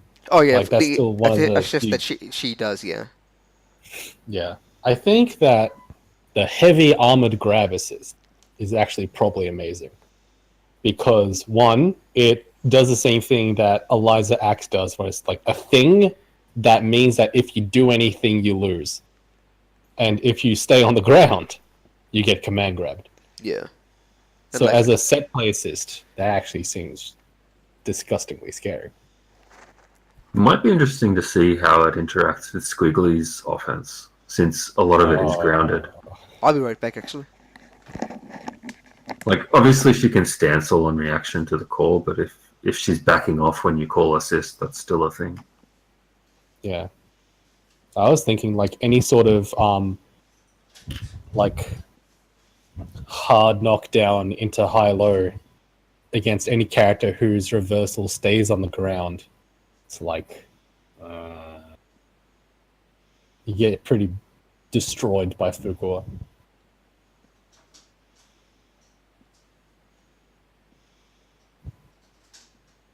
I don't really see the H drill as that good, even though it seems to be her most popular assist. Yeah, it isn't that good, but it's just it goes horizontally decently far and it's multi-hit. And it pushes away decently far if you want that. It looks down decently much if you want that. And it has a lot of hits done. So it like works, but it doesn't really contribute something. It doesn't contribute anything amazing. She used to have the medium shadow assist. That was pretty good. Does she still have medium shadow? She's got well, I think it's a hit grab now, so that's So, sort of no. a thing, but yeah. Like, okay, so that's sort of a thing, but it's not like the previous, like, moving forward, standing heavy punch thing. Yeah. Yeah. So, I think L Fireball is good for some characters. Also, H Fireball is good for Peacock, probably. yeah. M Fireball it exists, it's okay, but you're not going to pick her specifically to get the M Fireball.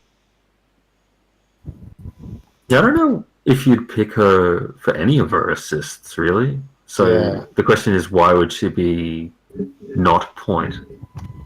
Yeah. I guess as an anchor, she can be her own assist, which is an advantage. Yeah, that is true. She can be her own assist, and she can also, like, have meter dump for options. Like, she has her level 5 command grab, her level 3 for big damage starter, that sort of thing. Like, she actually does seem like a decent anchor, except for the fact that she doesn't have any assist that makes you want her to be an anchor. So she's probably one of those point win more type characters. Where it's like, even if your assist gets locked out, you still have assists. Yeah, it's like an extra layer on the 2-layer mix-up. Yeah.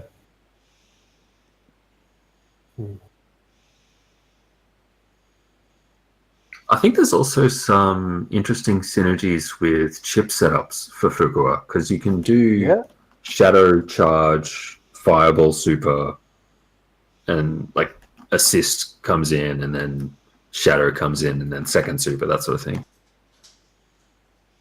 How much chip does her super do? Is it like substantial enough? Yeah. Fireball is quite a bit of chip. How much chip is it? Do you know? I don't know the off the top number. of your head? Okay. Because, yeah, I guess being able to invest meter in chip, that's not bad. Not bad at all. But as for what she wants as an assist, well, beat extend, obviously, it helps everyone. But apart from that, like, because she's more of a... Wait. She's still a neutral character, right? Yeah, I think she's got good neutral. I'm back. Yeah. What's up? Like, she's So got a it's like- decent matchup against Big Band, which is kind of important. Yeah. Yeah, Fukua neutral is pretty good. So any sort of other neutral assist or lockdown assist with Fukua is pretty good because it lets her play neutral better. And it lets her... And a lockdown assist would let her charge Shadow and then get something after the lockdown assist, which most characters can't. So that's pretty good. Oh, so this is basically Fukua. Yeah. Right. I don't know. It's kind of a boring character, so I haven't really bothered. Like anything that gives her good like shadow setups is really good, but Yeah. it is. I mean that I can't really say what really gives her that. It's Fireball been Super does 820 chip. neat. That's not bad. I remember where it used to give 1,000 chip. It's pretty cool. It was a neat character. But Yeah. like for Fuku, I think stuff that either complements her zoning or complements her set play is probably really good. Like Yeah. you can probably like zone with H. Like if you put down a L George down as Fukua, you're amazing at covering the air and the projectile covers your ground really easily. But Yeah. like you could do that with your L dart as well, so that's kind of it's kind of redundant sometimes. Yeah. So I'm not really sure. Like you can get some stuff for it. I think a lot of the people I know who play Fukua mostly play with lockdown assists, just so they can set up, corner pressure and really good mix up. Yeah. It's really good. But otherwise, I don't think I'm pretty sure I'm not an expert on Fukua. I'm not really sure if anybody in OCE really is. Would be cool to have one though. But yeah, Daniku's working on it. yeah, he's getting there. He's putting effort. Yeah. Fukua loves Spiral as well. Yeah. Oh yeah. Things that let her confirm off the Ethra, because normally she can't really do that. So if you get some setup that lets you combo off Ethra, that's really good. Yeah. Like Spiral That's a lets you do very good that. point. Pretty sure Beam lets you do that as well, but I'm not certain. Hmm. But yeah, like there are Yeah, assists that's that let you do actually that's a really good point to bring up. Like, because she can't convert off of her air throw, it just goes into hard knockdown. So any assist that unlocks it, very good. Yeah. Obviously you can set up like shadows for it, but that's whatever. Yeah. Good DHC. Her DHC by herself is okay. Like you can. Oh yeah, any character that like has good utility super. Like I think Beowulf Fukua has potential like that as well. Like you can just kind of go whatever, and just give a punch super. And if you don't Mm. have a good conversion of it, you can just go into Hyper Sentinel Force Kappa. Yeah. The the uh I almost said drone super. The clone super, which is what Mike said, basically rivals Hyper Sentinel Force in utility. Just it's a funny Yeah. meme. But yeah, that's basically it for Fukua. I think. I don't think anybody else has much to talk about. Yep. Don't have that much. Right. So let's talk about Misfortune. Misfortune, I think, On dedicated point. Fukua, Sorry, go ahead. sorry, I was just thinking, like, one of the other things with GHCs is that projectile supers that unscale on the DHC really benefit from supers that can combo afterwards. Right. So Fukua into double lets her unscale the projectile damage into monster damage, for Right. example. Right. So that's another way to choose what characters to pair with people. Oh yeah, we didn't Hmm. really talk about her order, right? Like I think good point. I don't think she's good anchor at all. Unlike what a lot of Americans have been saying.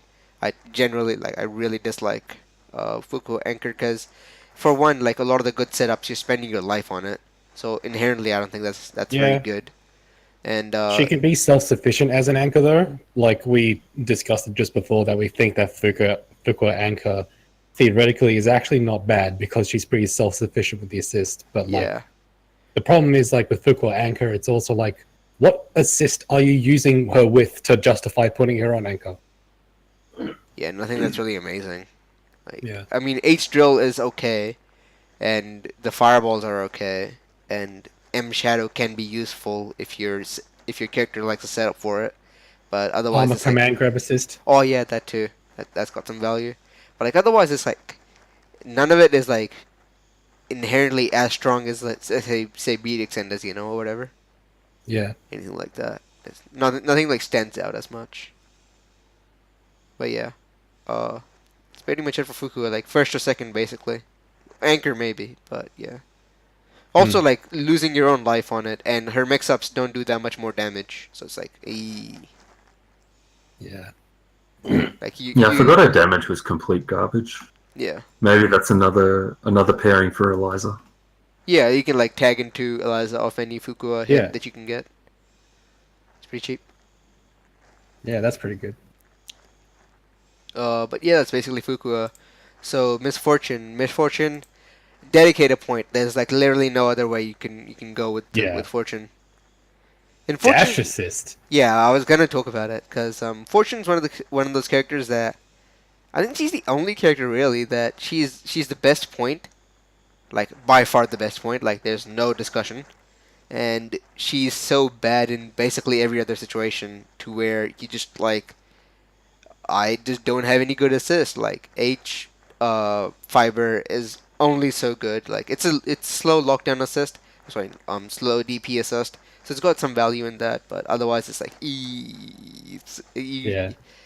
I don't care to have it like uh but um as far as like stuff like that goes, like because her assists are so bad, you can just play dash assist and it's really good with her Yeah. because you Because dash alpha counter. dash alpha count is really good. It lets you do a lot of cool things, such as I just dash and then they're still pressuring me, I can just uppercut into safe like free combo, which is she's like the only character other than Big Bang who gets a full combo of her uppercut for no meter. Yep. Um, I think there's merit to putting her second because she has access to air super on incoming, similar to how Big Ben does. Yeah, her second also gives her the hard knockdown DHC. yeah, but like then you have Yes. to wonder if your DHC works like that because a fair few just won't. Yeah. Like I like. Like, Sorry, go ahead. if you had a team where you've got a point character, a dash assist fortune coming in second, and then like an assist that's good for both characters and a safe DHC, then I think that would be a good team comp for fortune second. Otherwise, it's generally going to be point.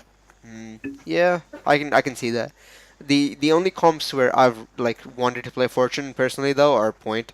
Like the one I wanted to play was Fortune Robo Big Band because Fortune like headless plus beam plus beat extend is absolutely destructive. And if Robo got in somehow like to save time or whatever, and then had to block, she could just be like, I can just call Fortune now, and Fortune can just do things for me, which is really useful. Um, it's always got some value to it, and obviously beat extend is beat extend. It's like right there. The only problem was that the damage was not that high, but I think they did something to fix it. I'm not really sure, or they made head on damage worse. I don't exactly remember what it was. Uh, but yeah, like almost dedicated point really. But decent, like not good assist options. H fiber is basically it, but you can like meme. Her assists are so bad that meme assists are okay with her, Yeah. because what else would you do? Like that's why people pick like cat slide assist with her a lot, and or like Gato assist is really good, or like standing heavy kick lockdown is kind of whatever, and like people even use like standing medium kick lockdown, because what else can you go there with? Yeah. But yeah, that's Um, basically it, I think. with the thing I was talking about before, I think the anchor you would want would be fortune into parasol, because then you've got tier shot, which works with fortune and works with quite a lot of characters, Yeah. and then you've got the safe DHC on incoming potentially. Yeah. Yeah. Like back in the day, like before Big Band existed, I was actually working on like you know how there's Team Duckator, like Valentine, Philia double, and that was like probably best team. And then I was like, all right, what's another team that could exist that would not be that team, have the same sort of synergy and same sort of really good? And I was like, Misfortune, Parasol double, or like Parasol point or something, because both of those characters could convert off of H fiber. You got the napalm shot assist, and it just worked in general really well like that. Yeah. So, yeah. Misfortune Parasol is also a combo that I've seen more than a few times. Like, I know Sonic Fox used to play that when he played Fortune, like at all. He pretty much went with that. Like, that's the duo he played, which is pretty good, I think. Yeah. But yeah, like,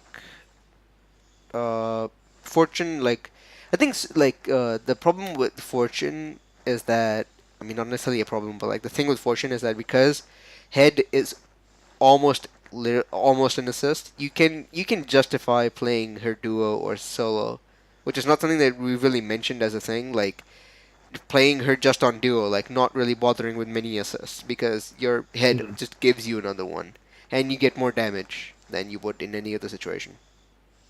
Yeah. So like Fortune Big Band is a really really good duo just to play, rather than just to play like a Shell and a trio. And I guess we should explain, like Shell is basically like two characters you would play in a combination, whereas a duo is just two characters that you would just play as a two character team. Whereas a Shell is like you would play this in a what do you call it? Like you would play those two characters in a three character team, like Yeah. stuff like that. So basically, like I think Fortune is like more way more doable in duos.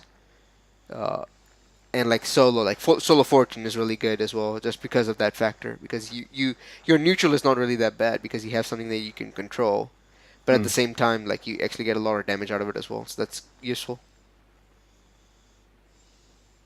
So yeah, if anybody has any other thoughts, No. Age, do you have anything? No, not really. Okay, so next character is Painwheel, and I imagine CM has a lot to say about that, so I'll just let him talk about it for the most part. Well, Painwheel teams. So, as we mentioned before, Beat Extend unlocks Painwheel's potential as a character, lets her ascend to the fourth dimension, etc., etc. But so, Painwheel, any sort of assist that lets Painwheel get in is good. It's like, it's very much like Eliza. She gets in and then she gets to mix you the hell up. Anything that lets Painwheel like sort of play the mid-range game better, that's really good because Painwheel loves to play air footsie. So anything that like makes them really like anything that you can call and then it'll be a threat when they're in I'm about to threat you range is like a godsend. So like Beat Extend obviously it covers that. Is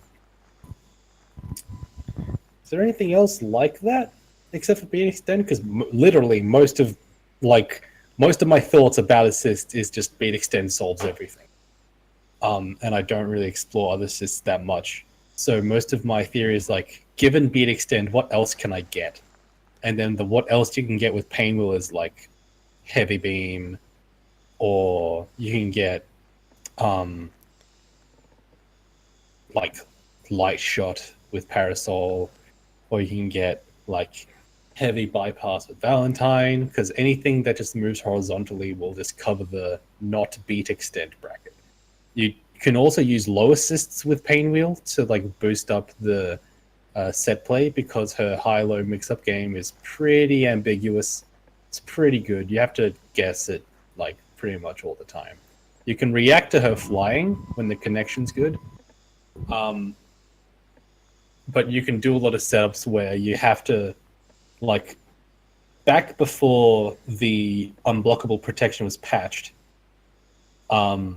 And now even her jumping heavy kick causes 7 frames of like unblockable lockout thing. No, jumping heavy kick.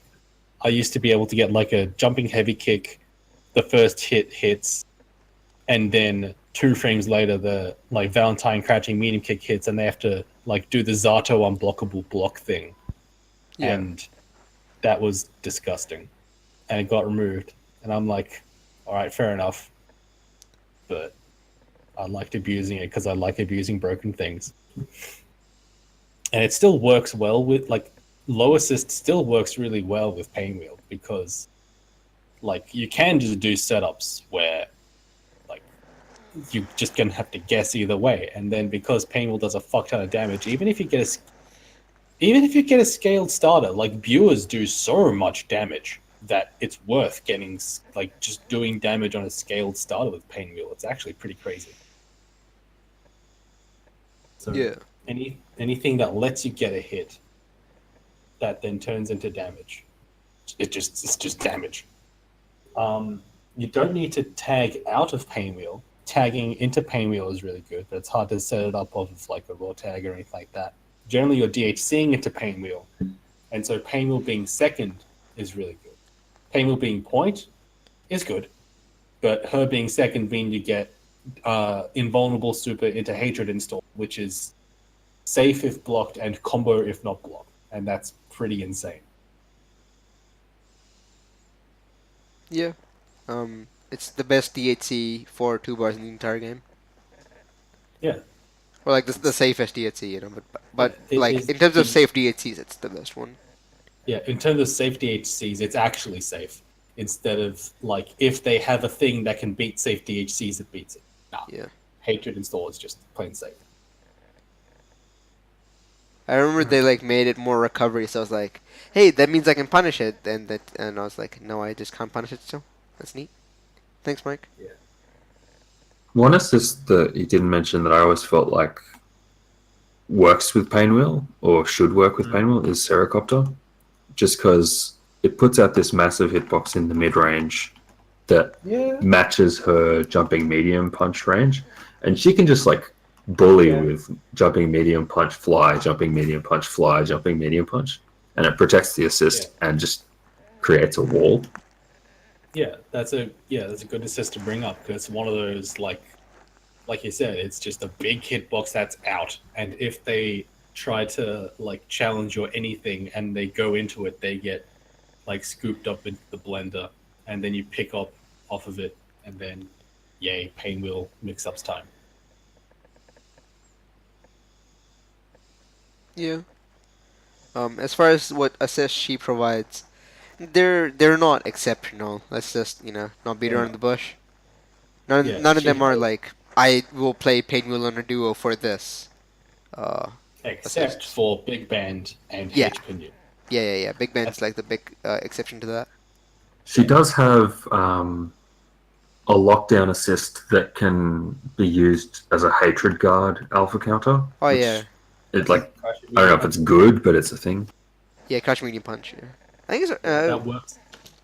it's usable. It's not great. She also has Heavy Bure, which is an anti-air grab. Yeah. As you can see, he's using it in the stream matches, the matches that are being streamed right now, because it's the Robo Pinwheel matches, and you're playing HPD, sorry, not HPD, Bure on that. And people have already seen, have seen how it's being used, like just to cover like good anti-airs. Yeah, that's really good. It's really damn good. It's just a bit short range, like it's shorter range than Cerebella's anti-air grab. So there's that, but it's not on Painwheel. So, and if your opponent's cornered, they just get screwed. And so if you're playing like say Squiggly, for example, you can actually just do unzip setups where, I did sing, you're jumping into Heavy Bure. I don't need to do shit. You're getting bured. Excellent. Or you're on the ground. You get dirt napped. Bure whiffs. Excellent. Yeah. That's basically it. I think like the basic consensus is like best second in teams, and she likes having beat extend and beat extend like assists that cover the mid range really well for her. And what she provides are like some niche assists that some characters like a lot, and other characters are like kind of whatever with it. Yeah. Another thing she provides is protection for snapping in your anchor. Like, normally you would want to snap in a big band to get him out of the way to stop beat extend being available. But with Painwheel second, it just means that he has access to SSJ install. Yeah. And So if you it's a don't really open him good- up early enough, then you just have to like, hey, he's just gonna do this to me now. I have to deal with it. Yeah, it's really good. Just insurance. Like, it's hard to post-hit game plan against that. Yeah. The only thing you can do is like just hope that you open him up early enough. Yeah. To where he can't do that. But that's pretty hard. One thing I did try out was snapping in the Painwheel. I think this was against you, Yoma, when you were running a Painwheel big band team.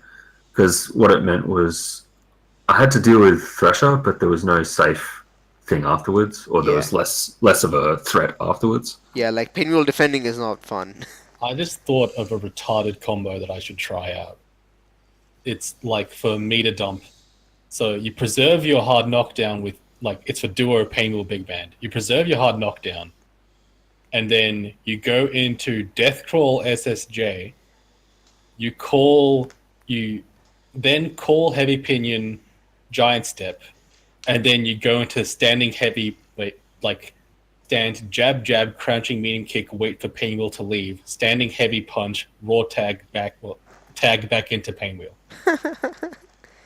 Honestly, not sure if that works because the way most people pick up off the thing off the HP is jump forward, jumping leg kick. So I'm not sure if it works or not, but it'd be really cool if it did. Oh, that would work. It would be like jumping light kick, stand jab jab, crouching medium Right. kick, heavy punch, or like no, that would take up enough time. So it'd be like jumping light kick, jab jab, standing medium kick, and then painwheel tag. Right. Pretty lit. Pretty lit. Hick is pretty right, but like mostly really good with big bandwidth. Otherwise, like a lot of the combos Yeah. aren't really like as the team combos aren't like amazing. I think I'm gonna be optimizing that shell. All right. Yeah, that's So what I want to I'll do. see what happens, or like we'll see what happens with that. But yeah, There like is the what is it? Toluda Fortune and Painwheel pairing. What Oh, do you think yeah. of that? I don't like that team. It works, but I don't like it. he somehow can confirm off H fiber like every time. I don't get it. Yeah. Well, if he can convert off of that every time, more power to him, and it works for him. Yeah. So it's not a bad team. It's just it's such a what the fuck is this synergy even team that I don't know how to value it. I don't like it because it's hard to see what's amazing about it. It just seems to work. Yeah. I mean, he also plays Suricopter on that, which lets him get amazing mix Yeah. up, and it's his mid-range neutral button. Yeah, that's true. So it is what it is there. But yeah, I don't understand it either. But if it works for him, it works for him. You know. But yeah, that's basically Pain Mule, unless people have other stuff to talk about. Nah. All right. Age. No, I'll speak up if I've got stuff. Okay, sure. So Parasol. Parasol's a really interesting one because she's another one of those works best point or anchor, not really anywhere else sort of character. Yeah. Like second Parasol is really sus. Like I don't like that. But point Parasol is amazing and anchor Parasol is pretty good. Uh, Hmm. as far as Parasol's assist that she gives you, you either pick Pillar because you're a pleb, or you pick Shot because you're Ascended Brain. I mean, maybe Shot's not Ascended Brain anymore. It's pretty standard by now. Like it used to be Ascended Brain. It The, gives. the new Ascended Brain is Tietos. Is it And really? call it multiple times during a combat. All right. No, Wow. I didn't think about that. That's pretty Ascended actually. Um, have you seen any people like actually use it, or is I it have just no idea if there would be any use case for it. all right? I think that if you can actually extend combos substantially with it, then the toss into Pain Meal might actually be really good, because then you could probably get more viewers. Maybe. Nah, projectiles kind of dizzy now, so it probably doesn't work. Feels bad, man. That's been a change for a while though. So. Yeah, but still, like, still means that she gets more ways to, like, go into viewer. Yeah. Like, if it doesn't, like, if you can just keep doing the tier tosses and they don't track IPS for whatever ungodly reason, then you could do some funky things, I think. Yeah. But yeah, like basically the assist most people will be picking is either tier toss, not sorry tier toss. I hate this. Tier shot or pillar, for the most part. Like because Yeah. pillar standard DP assist. Most people are actually pretty okay. Most characters are okay at picking up off it. Yeah. And tier toss is amazing for setups and neutral, because it doesn't go away if the point character gets hit. So it's amazing insurance to have. Yeah. But yeah, as far as assists she likes, honestly not really sure. I would just pick like a long range lockdown assist just to set up your neutral game, like the specific position you want amazingly. You know, if that Yeah. makes any sense. Like I would use like hairball. Like if I was losing screen position, I'd be playing like Parasophilia or whatever. I'd call hairball Yeah. and like do a tier shot plus hairball, and I'd be like, now I can go into mid range and just do whatever I want. You know, Hmm. I have the perfect positioning and the perfect like I can just get them to do whatever I want at a specific time in a specific situation. and give you time to set up tier tosses, which is amazing for neutral. But yeah, as far as her position goes, I'd pretty much play point Parasol or Anchor Parasol because Anchor's got amazing meter dump in level 3, and like as far as like good reversals go, it's probably one of the best ones. Her on point, I think her meter gain is not amazing, but it's certainly doable. And she doesn't. She's kind of like Beowulf in the same sense where she doesn't really care to have a lot of meter. Like she doesn't really spend a lot of meter because the meter's not that good for damage, but more so for utility. Yeah. Uh, like kind of like that. It's just like you can make it work. Like you can dump some meter, but it's not really that important. And she sets up other characters really well because a lot of ground bounces and a lot of wall bounces set up the tags really solidly, and the tiers also set up tags really solidly. Yeah. So all of that stuff is pretty useful. Oh, age dipped. That's weird. All right, but Like reenact. as far as Yeah. this, do you have anything else to talk about Parasol in terms of team composition? I don't think so. I'm gonna guess H doesn't have anything to say either. I'm gonna at H and see what's up. Uh, all right. Whoops. Oh, okay. That I scared me. misclicked. Uh, that's Parasol. Oh, power out BRB. We. Understood.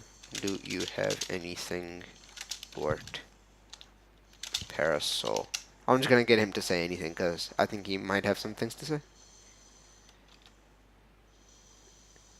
But otherwise, like there isn't much to talk about Parasol there either. It's also we're on the 2 hour 30 minute mark, which is kind of late. And Yeah. I'm not really interested in having a 3 hour podcast. Yeah. 3-hour podcast is a bit of a blob. Yeah. Maybe you could just like finish it up tomorrow or something. Now we can just skim through the characters really quickly because we've talked about a lot of the characters. She has dumb stuff with Yeah. low assist. Oh yeah, Smooth played her with low assist off the knockdown stuff. Yes. Similar concept as other characters. She's another one of those has a hard knockdown characters. Yeah. And her hard knockdown is really good, like because you always get it, unlike having to spend OTG or whatever, or having to save OTG, Yes. which is really useful.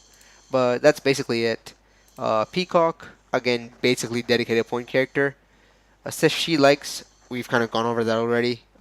Either assists that cover her up forward angle pretty solidly, or assists that buffer zoning. So basically, beat extend was really good for up close stuff. Beam is really good for zoning. Bomber is really good for zoning. Hairball really good for zoning. LNL okay for zoning. Assists that let her Yeah. get enough time to set up M item are also really good. Like lockdown assists, I think are really good for the character as well. Like Butcher's Blade, I think has some value. Especially because she just shits meter, which is really useful. Yeah. Um, Axe would be really good. yeah, but like I think like Butcher's Blade, you just get them to block Butcher's Blade from like mid range, and then you just get to charge M item, and then you get to do M item garbage Oh yeah. and stuff like that. Like and also That's because like a lot of other lockdown assists get you to do the same thing. Like Hairball would be a pretty similar context, like a similar Yeah. thing where you just get them to block it, you get to charge M item, and then you get to go in and do whatever. Yeah. Her assists aren't amazing, but they're certainly doable. Like the projectile assists we've kind of mentioned already, they're all really good. Crouching heavy punch assist is okay, ish. Yeah, it's doable. Like I would Who's this? Peacock. Crouching heavy punch. What? It's a low. And Yeah. it's long and disjointed. I mean, if you really were looking for something, I guess. No, she Yeah. has good assists. Airplane is decent for characters that can't really zone but have good ground game because it Yeah. just covers people approaching from the air. Mm. George is obviously good as an alpha counter or as just a stay off the ground kind of thing. And heavy punch is good for lockdown and getting in for people like Philia. Yeah. Yeah, that's for the most part. That's basically it. Jedi said one thing, which is, I don't think Peacock could necessarily dedicate a point character, but super powerful to like when you've already set up things. It's kind of a good point. Like her round stats aren't amazing. Like she's not winning round start in every situation. You know, like I mean, beat Yeah. extend is pretty close to that, but there's still counters to it, and she can still be in situations where she's like not winning. You know, Yeah. like not outright winning, but it is like kind of okay-ish situation. But like if you are playing like say double on point, which is pretty useful for this, like you can do any combo into standing heavy punch, and then when they're sliding, you just tag the peacock, and then you can just do whatever you want, and because you're at your advantage state, as opposed to most advantage states, which is just getting a hit or whatever. So, um, that's yeah. I can't think of anything else. Yeah, it's kind of an open question whether it's better to have her on point or anchor, I think, because the risk at round start is pretty significant in terms of turning the game one way or the other. Yeah. Like you can go either like you can get hit at Ronsard and just never get to play Peacock ever again, or you can be not hit at Ronsard and you can go, I just get to play the game now and they don't get to play. Yeah. It's pretty useful. Or like pretty important. Uh yeah, like her second value is really good because safety at sea. So you can set up situations where Peacock gets hit and you want to tag her out so that she can regain life, but at the same time you can just be like, okay, I can just use this situation to just get a safety AT in and get to do things. And her damage is really good, so she doesn't really need assists for damage specifically. Yeah. But yeah, anything else about Peacock? I think it's pretty much covered. Well, She's you covered another one zoning of those assists, characters. right? Sorry, what? You covered zoning assists, right? Yeah. Yeah, of course. So, well, what were you saying, Age? I was going to say another thing about her DHCs is that she's one of those characters who can DHC in and continue a combo. So for projectile supers on your point character, like Fuku's Fireball or Sniper, for example, you can go into Lenny and then do a string and then have the explosion anyway for a bigger damage output. Yeah. Which is yeah, that's pretty good as well. Like lighting in general is just a really useful DHC, but it can go awry really easily as well. So it depends on the situation. Uh, Wait, did we talk about Robo yet? Oh, Robo's next, so it's okay. I guess we can just go into Robo now if nobody has anything. Yeah, we can go to Robo. So Robo is one of those I don't really know exactly. Like I feel like she used to be best second. Now it's kind of up in the air. You can kind of do both. Same as Peacock, except for different reasons. Yeah. But whatever she is, she's definitely not Anchor. Yeah, absolutely not. If you do anchor Robo, you're living the wildlife. Yeah. I remember like there were situations, especially when I was like way worse. There were situations where I would end up with Robo anchor. I just hold forward. I'm like, I'm not making this comeback. Just leave me alone. Can we just go to the next game? But yeah, Yeah, that was me for about the first month. yeah, understandable. But yeah, that's as far as Robo goes, like you're okay doing point stuff and just having really strong zoning, and again stuff like hairball, beat extend, all that stuff helps you immensely with your, because you want to make stuff so that your beams have a lot more potential, you know, as zoning tools and interruptions and stuff like that. Which is where bypass also is really useful as well, because you can use it to, like you can use it as basically like a frame trap after your beam, and it also like combos. If you get the beam to hit, you get a free combo out of it, which is really good. And I think so go ahead. I think Robo Anchor isn't like the complete wrong decision necessarily, because it's like an all-in on your front loading. So the idea would be my 2-point characters work really well with this assist, and I'm never going to lose them. And that can work as long as you never lose them. I mean, I guess. I just feel like it's too easy to just get hit sometimes, you know. So and it's really easy to actually no, snapping doesn't really isn't really pertinent in this scenario. Yeah, that's the MVC2 strat. Yeah, you just play like a garbage character at the end. Yeah. But I mean, Robo isn't garbage for one.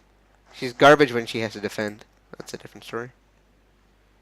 But yeah, I don't like putting her anchor. It's just too inconsistent. Like it's too scary. Cause like you lose your first character, you're like, all right, I can maybe do this. But you lose your second character, you're like, I'm just GGW played, oh GG well played or whatever.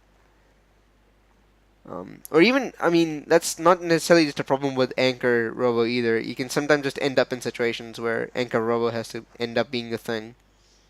But you would never want to have that happen to you. Like if one thing might be useful is if you play Robo third, you can be like you can be like say Philia Robo Big Band no Peacock Big Band Robo. You can be playing if you get hit with Peacock and you lose the character, you might just have built 3 meters in the meanwhile. So where you like once Big Bang comes in, you can just do anything into uh death mode. And death mode is actually legitimately the safest DSC in the entire game because it has no recovery or no like Yeah. unblockable recovery. You know, it's pretty cool. Yeah. So if you really want to go that route, you can do that and just pray that your Big Bang just doesn't get hit. I guess or your second character. These people talk about DHC and Spire Sniper at neutral. We didn't really do that, did we? Nah. It's pretty good. Yeah. Yeah. Like what's the properties on it? Is it the hit stop from the first super makes it faster or something? I think so. I mean, it's like a Robo Yeah. actually gets to do that as well. Where you do a fast super and then you cancel into your slow super, and you can still make it a relatively fast one.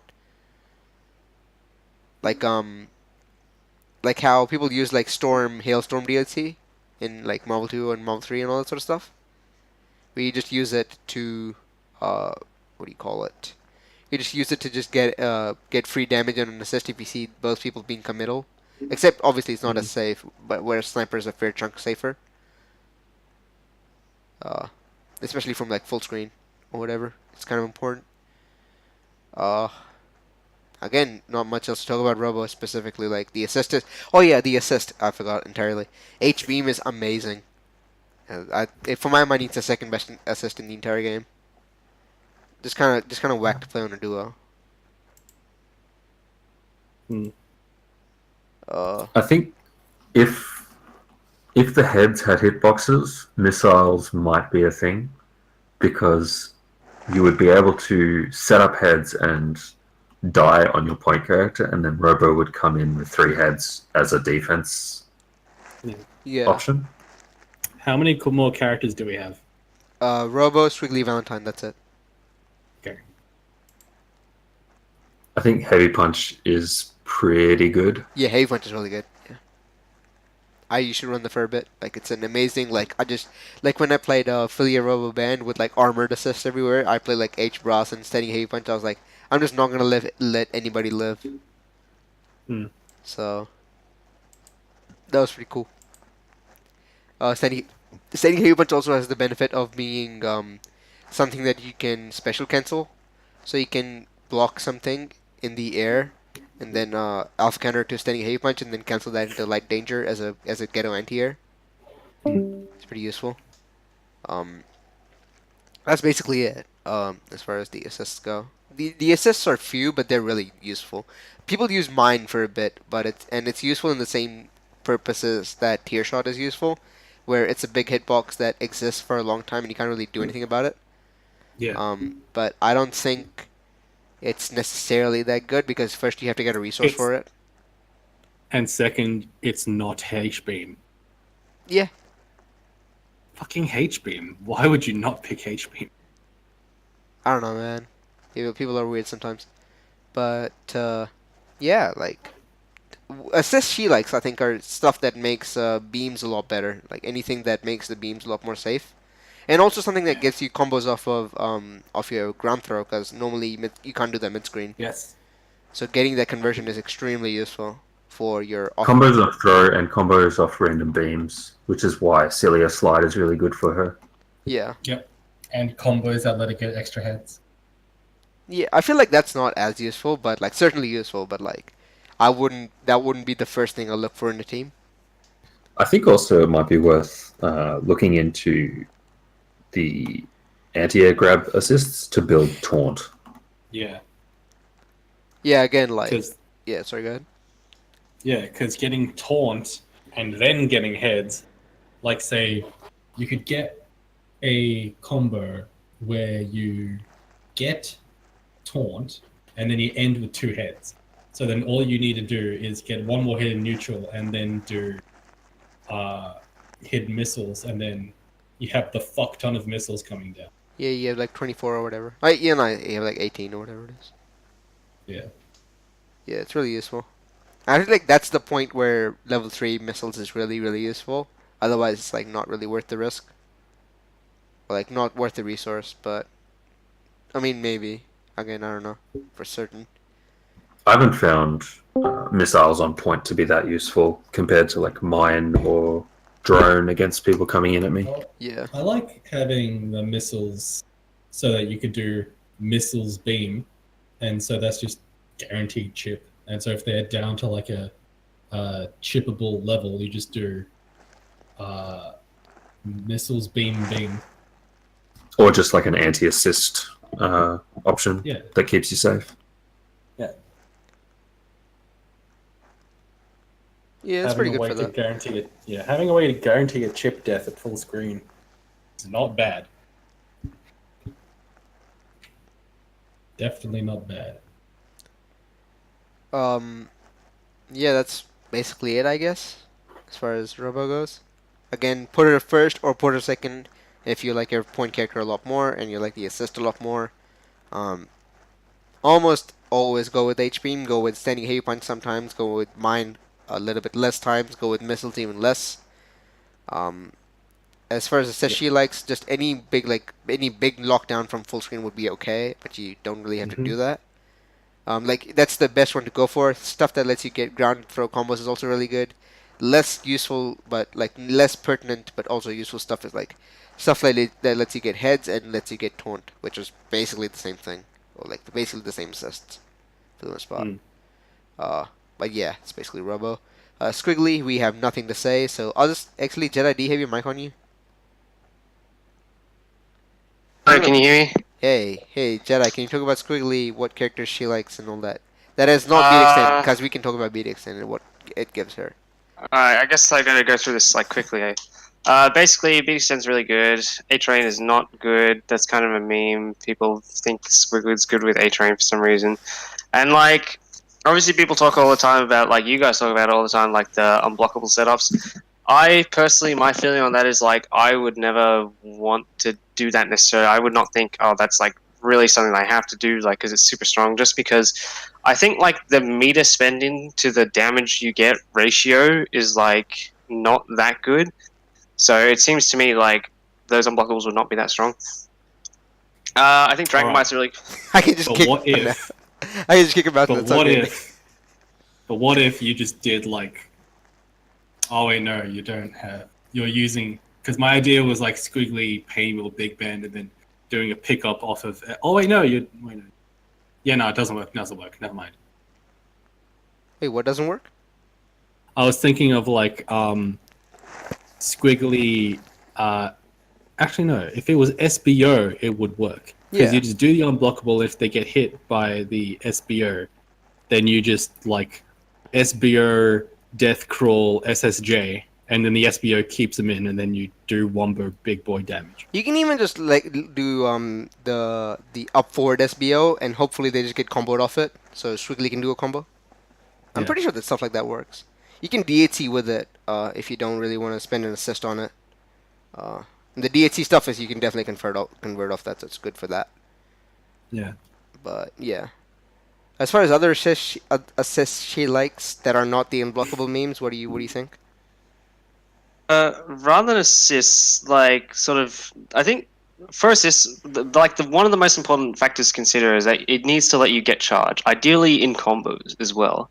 And fortunately, there are actually lots of assists that will let you get charge in combos because it only takes like 1 second to get charged. So like every character pretty much has some kind of assist that will let you get charge in combos. I think if you're gonna like play Squiggly, not regarding like, oh yeah, which is like the best character to put with her. If you were just gonna like, I'll just put her with this other character I like. What I would be thinking of is like, okay, which of those assists that character has lets you get charging combos. I think that's like got to be one of the most important things.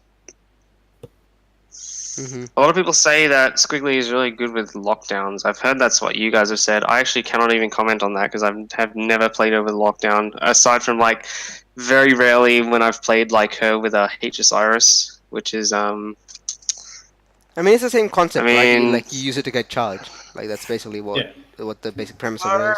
I think like I've never really like labbed using lockdowns, so I don't really know how they work and stuff. I don't think she really needs it. You use it. Yeah. No, you don't use it for mix-up. You use it to get charged. Thing about if you were going to do spirals, just because Eliza's so tall, you can kind of use her to meet shield the same way that you do with Big Ben. Yeah. Another good thing about Squiggly is that she's very easy to tag to and from, because she has a safety HC, assuming you don't get alpha counted. And she also has her setup where you do the SBO, the raw tag, and the SBO covers it. That's really Yeah. good. So Or you can just combo into I it feel like using Squiggly's- SBO. I feel like Squiggly's like her utility sort of versatility, I should say, is actually pretty good. In terms of team order, I think second is usually where people would put her in trios, just because she's got the safety HC, and she does have a pretty decent assist. I actually think Dragon Bite is pretty good. It's not like super good, but it's pretty good. I think it's actually really good with Band. I think it's one of his better assists, probably. Yeah. Also pretty good. I think Cremation, if you're gonna play Cremation in a duo though, it's kind of rough. I guess both of her assists would be not that good in a duo. I guess like if you're gonna play duo, I'd say probably Dragon Bite's more useful overall in more situations. What else? What else is good about Squiggly? God, if there's something else I wanted to say. Yeah, okay. I guess that's it. I'm Okay. trying to think Like- assists she likes. We kind of mentioned that anything that gives a charge is really good. Assists that she provides, D&B is really good. Crouching Heavy Punch really good for low lockdown. Center stage for the memes is really good to some extent. It sucks. Nah. I mean, like, I've never seen anyone ever use it, so maybe It there are does some. open up mid-screen Double snap. double snaps for Double some snaps. setups, I think. Yeah, that's certainly not unviable, especially when people get better at it. And also weird mid-screen left right. Yeah, I remember when I was messing around with Valentine Squiggly Beowulf, I was doing like I could do like just call sing and just jump heavy punch, and they just have to deal with it. Yeah. It's pretty tight. But yeah, like otherwise, not much else to say about that. As far as Sing is concerned. Maybe I'll pipe up if I think about something else, but you guys can probably move on. But yeah, the only character that's left is Valentine. Yep. Dedicated point character yet again, I'd say. Yep. Dedicated point character. Assists not that good, but good with some characters. Like, she's kind of like Painwheel like that, where some characters Yeah. really like the assist, other characters kind of like, whatever, I don't really care. Yeah, so it's like if you're pairing her with Cerebella, for example, she has heavy kick bypass, which lets you get like any sort of Cerebella thing like Diamond Drop or Dynamo into forward heavy punch, bypass, dash forward, crouching medium kick, and Yeah. you're Gucci. For other characters, it's like I do like using heavy bypass as like a fireball assist, sort of like with Eliza or with Philia or anything like that. It probably Like, is good for Big Bend as well, like make the process somewhat Yeah. safe. Yeah. yeah, like that's pretty good. But for characters that don't want to, like, don't get that much out of that kind of assist, it's like, yeah, and you can like meme with like dash alpha counter as a result. Crouching medium kick is an okay low, I guess, but people use it more out of more like by necessity more than convenience, or like they're like, oh, it exists, so I can just use it rather than picking her. It's one of those you've got a hard knockdown, and you want a low. It's in that category. Yeah. I think Valentine might have the same sort of thing with Fortune, where potentially you could run a second with a safe DHC on anchor, and then just have dash assist. Yeah. Potentially. But I think the assists. that she has can be more useful in more pairings, to where that doesn't really end up being a thing very often. Yeah, and if you're using the Valentine for specifically that utility, then you're better off just using Fortune, because Fortune's utility for that exact thing is better. Yeah, because she has a meterless reversal, and Yeah. a meterless reversal that she can convert for free, which is really good. And also the best jab in the game, which we didn't really mention, which is also good for that. Yeah. And stuff like that in general. Yeah. As far as assists that Valentine wants to use, she's in a unique position because she can use every assist well. Every single assist she can use spectacularly well because she can position herself spectacularly well. And this advantage was significantly lowered after double jump was made assist lockout, which it made the game better. It made double jump characters less retarded. It made Valentine significantly less retarded because I used to just like jump, double jump, air dash, call assist, cross up, convert, corner carry, set play, blah blah. Like zero brain cells went into that like mind game, quote unquote, and it was just really really dumb. But anything that lets her convert off of shuriken, like axe, that's like suddenly makes her neutral terrifying. Anything that makes YOLO bypass and neutral safe, that's hilarious and a bit of a meme, but it's a hard meme to deal with. So Pinwheel MNL works with that. Speed extend, of course, works. Any DP assist works because her faster on speed means she can convert. Any sort of lockdown assist means she can start to position herself for cross-ups and not cross-ups and all that. Any sort of long-lasting assist goes into charging vials, which, like, by herself, like with beat extend, she can charge 2 vials in a combo and still get hard knock. And with Excalibella, like, Mal just mentioned Excalibella. With Excalibella, you can get a lot of, I think you could get, do you get 2 vial charges off of Excalibella? Yeah. Right? Yeah. So you can like end the combo with hard knockdown and you have level 3, or you can just invest the level 2 poison into the character. That hurts a lot. It doesn't hurt as much because it properly scales during combos now and properly scales on 3v2s and all that garbage. So get destroyed. The poison does a set amount of damage. Is that still true? I'm not I thought it scaled. I wasn't sure. It stops doing damage once they get below a certain amount. Unless you do level 3 vial. Level 3 vial keeps them going down to 1 health. Okay. So, yeah. And even if it's like the level 1 and 2 poison vial actually like go down to a certain amount, if your DHC or if your combo lasts long enough so that your super DHC kills from that, then that's pretty good. Or even if your DHC kills from that, that's pretty good. Okay, I might be misremembering that because I don't know the change in exact specifics and I didn't really play the character. I know that something happened with it that like made it worse. It got changed to a set amount of damage instead of a percentage of damage. Oh, okay. So it isn't a 3v2 deleter then that it used to be. Now it's like Now it's like Vile honestly just feels like another fucking hoop to jump through to get slightly more damage. And it's like, alright. So Valentine is Vile. And Beowulf has Chair. And Robo has Heads.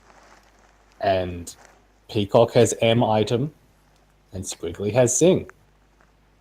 And Valentine has Vile. Alright. Got it. Understood, Mike Z. It's pretty close, right?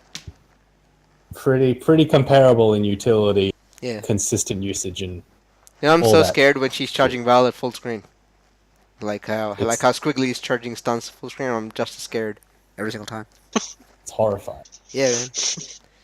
How I By the way, oh yeah, lag vial's really good, and the headstone vial decreases in dizzy, so you can get good damage out of that, I guess.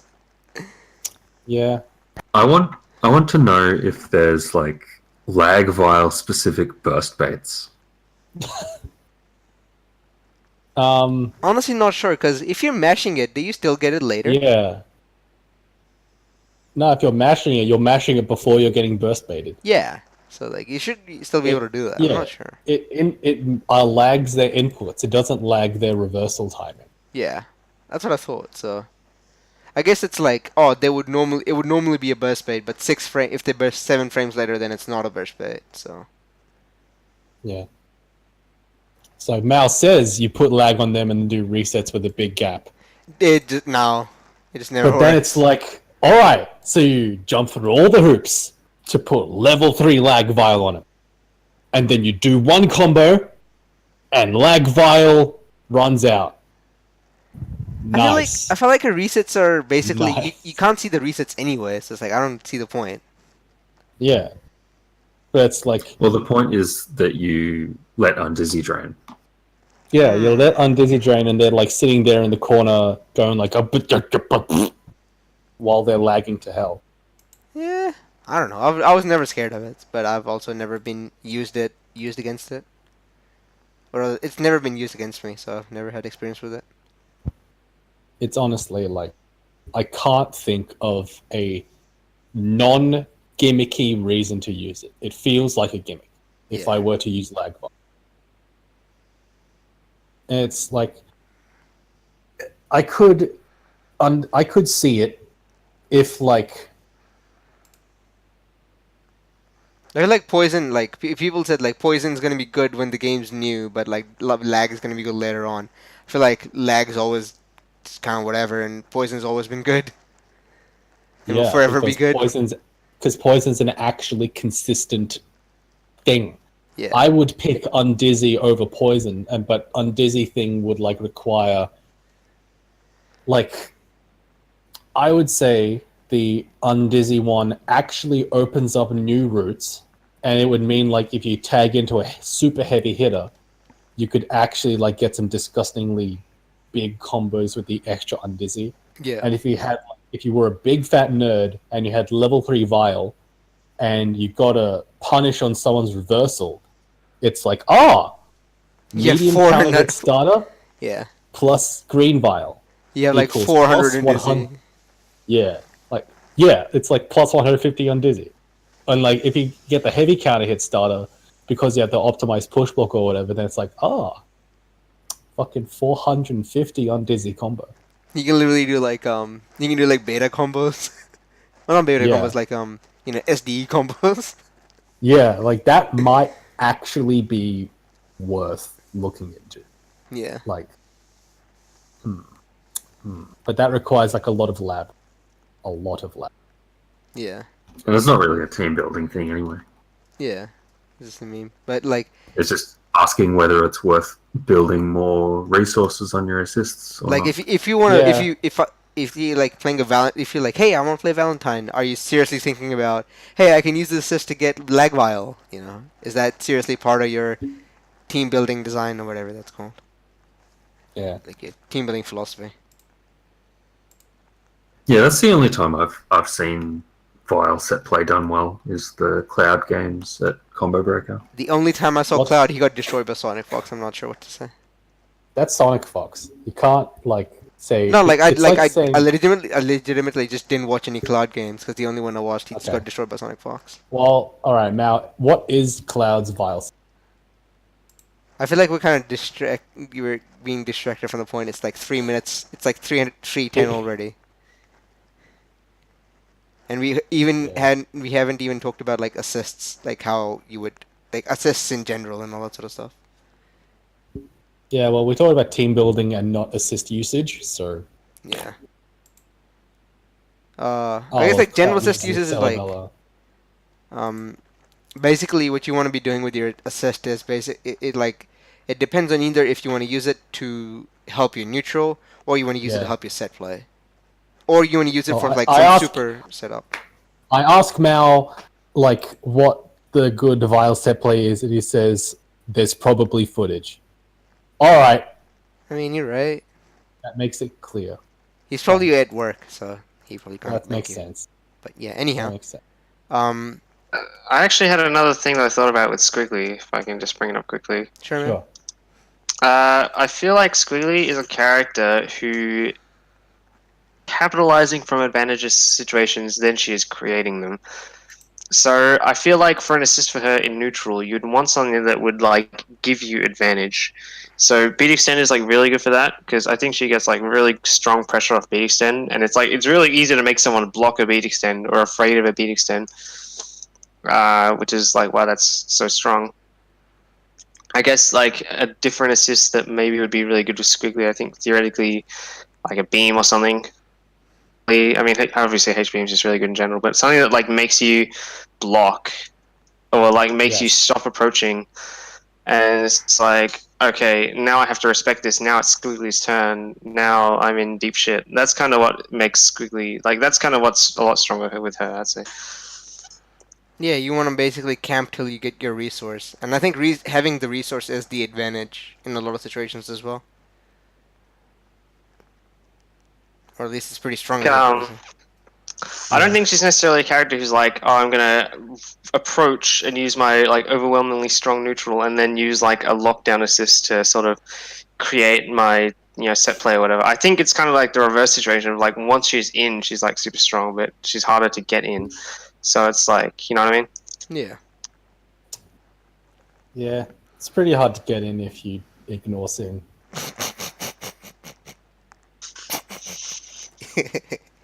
But yeah, Like one of the conceivable ways to beat Squiggly up would be to just lock her down with lots of projectile pressure from full screen, like a really strong zoning pattern from Peacock, right?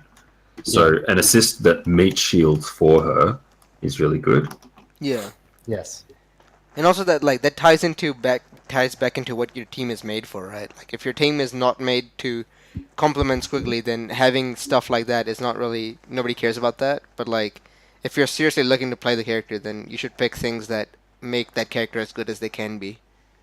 Or if you pick it to be more well-rounded, where at the same time you kind of ignore that, then it's up to you, whichever one you want to do. It all kind of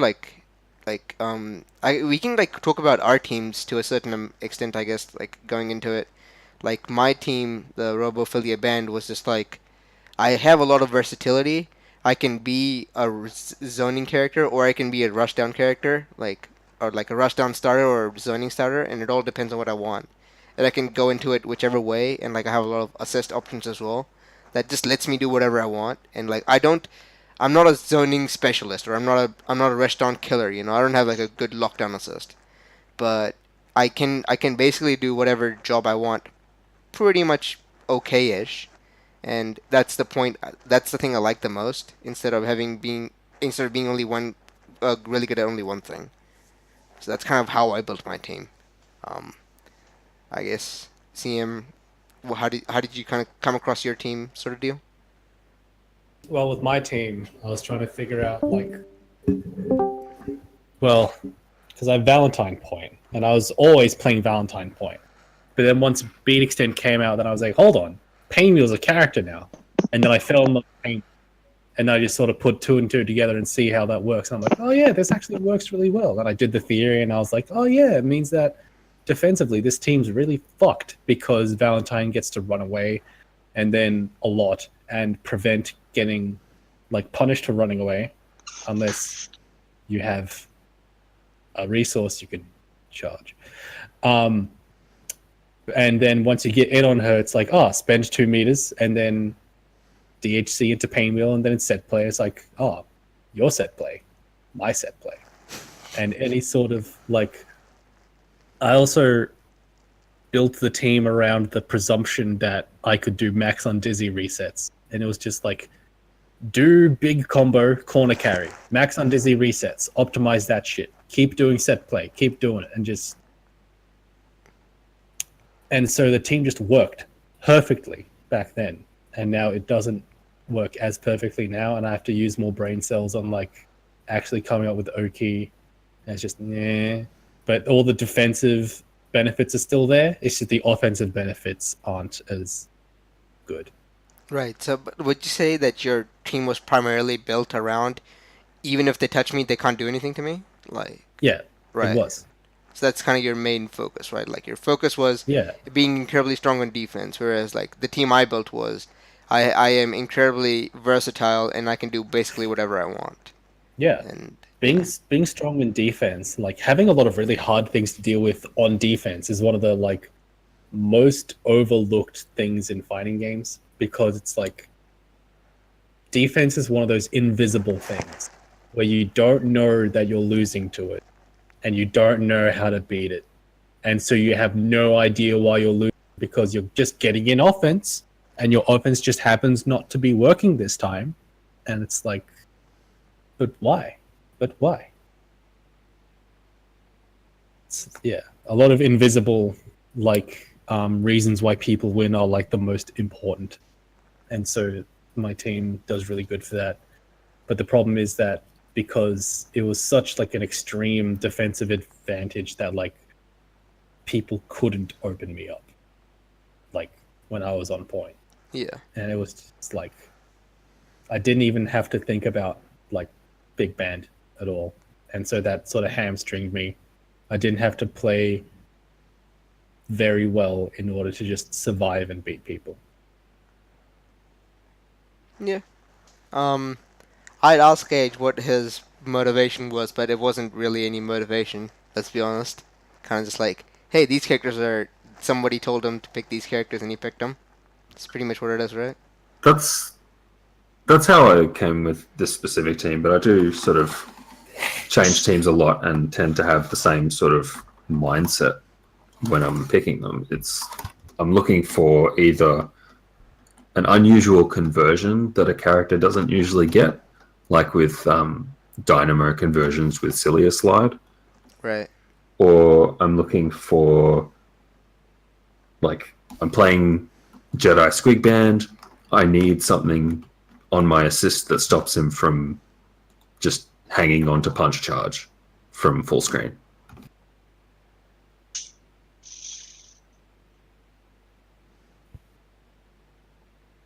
Right. I don't know why there was the big pause, but yeah. Because no one said anything. It's kind of weird. You guys are whack. Anyhow, yeah, that's for the most part, like, that's basically it. We've kind of gone over a lot of concepts about team building and kind of gone over what every character likes when they have a team built around them. And it's up to you whether you want to maximize one character or just work on, like improving one character or whichever one you want. It's totally up to you. There's a lot of things that you can do in this game, which is really cool. Um, it's always neat. But yeah, I don't have any great closing statement with regards to this. As far as topics, I think the the next topic we have, as far as like points, is the profiling new pairs. It's got 5 points. Um, Jesus, how can I scroll up? Jeez, where is it? I just find this somehow. Well, if we're wrapping up, I might head off and find some food. All right, see you, man. That's a great idea. See you guys. But yeah, like we're kind of just ending up on like one more objective, one more subjective sort of deal. Like, I guess maybe not even that. Like one more game philosophy and one more game statistics, I guess, like more stuff that's to do with Skullgirls in particular, whereas one stuff is like more about being good at fighting games. I think it's a cool combo. We can definitely Yeah. do more stuff with that. And one thing I definitely wanted to do more, and I kind of that's why I put it on there, was talking about what get good means, like the Yeah. concept of being good at things, which I kind of Yes. we like. I really want to discuss that at some point, but it doesn't have a lot of votes, so it's kind of down Mm. in the priority because a lot of people don't really care for it. You could just say fuck democracy and give them what they don't know they need.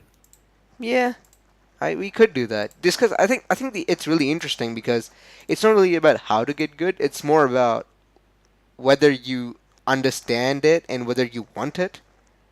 Yeah. If that makes any sense? Because I think it's really good for that. Like a lot of people play games for different reasons, and recognizing what your reason is and actually working towards Yeah. it is really useful. But Yeah. we're skipping way ahead against it's like 3 hours 20 minutes already. No one's gonna care for this. If you are Yeah. sticking around for this long, it's really cool that you are. You're a champ. Yeah. Or you've watched it over the course of several months or whatever. In which case, again, we're just watching it. You're a champ. But yeah, thanks everybody for watching.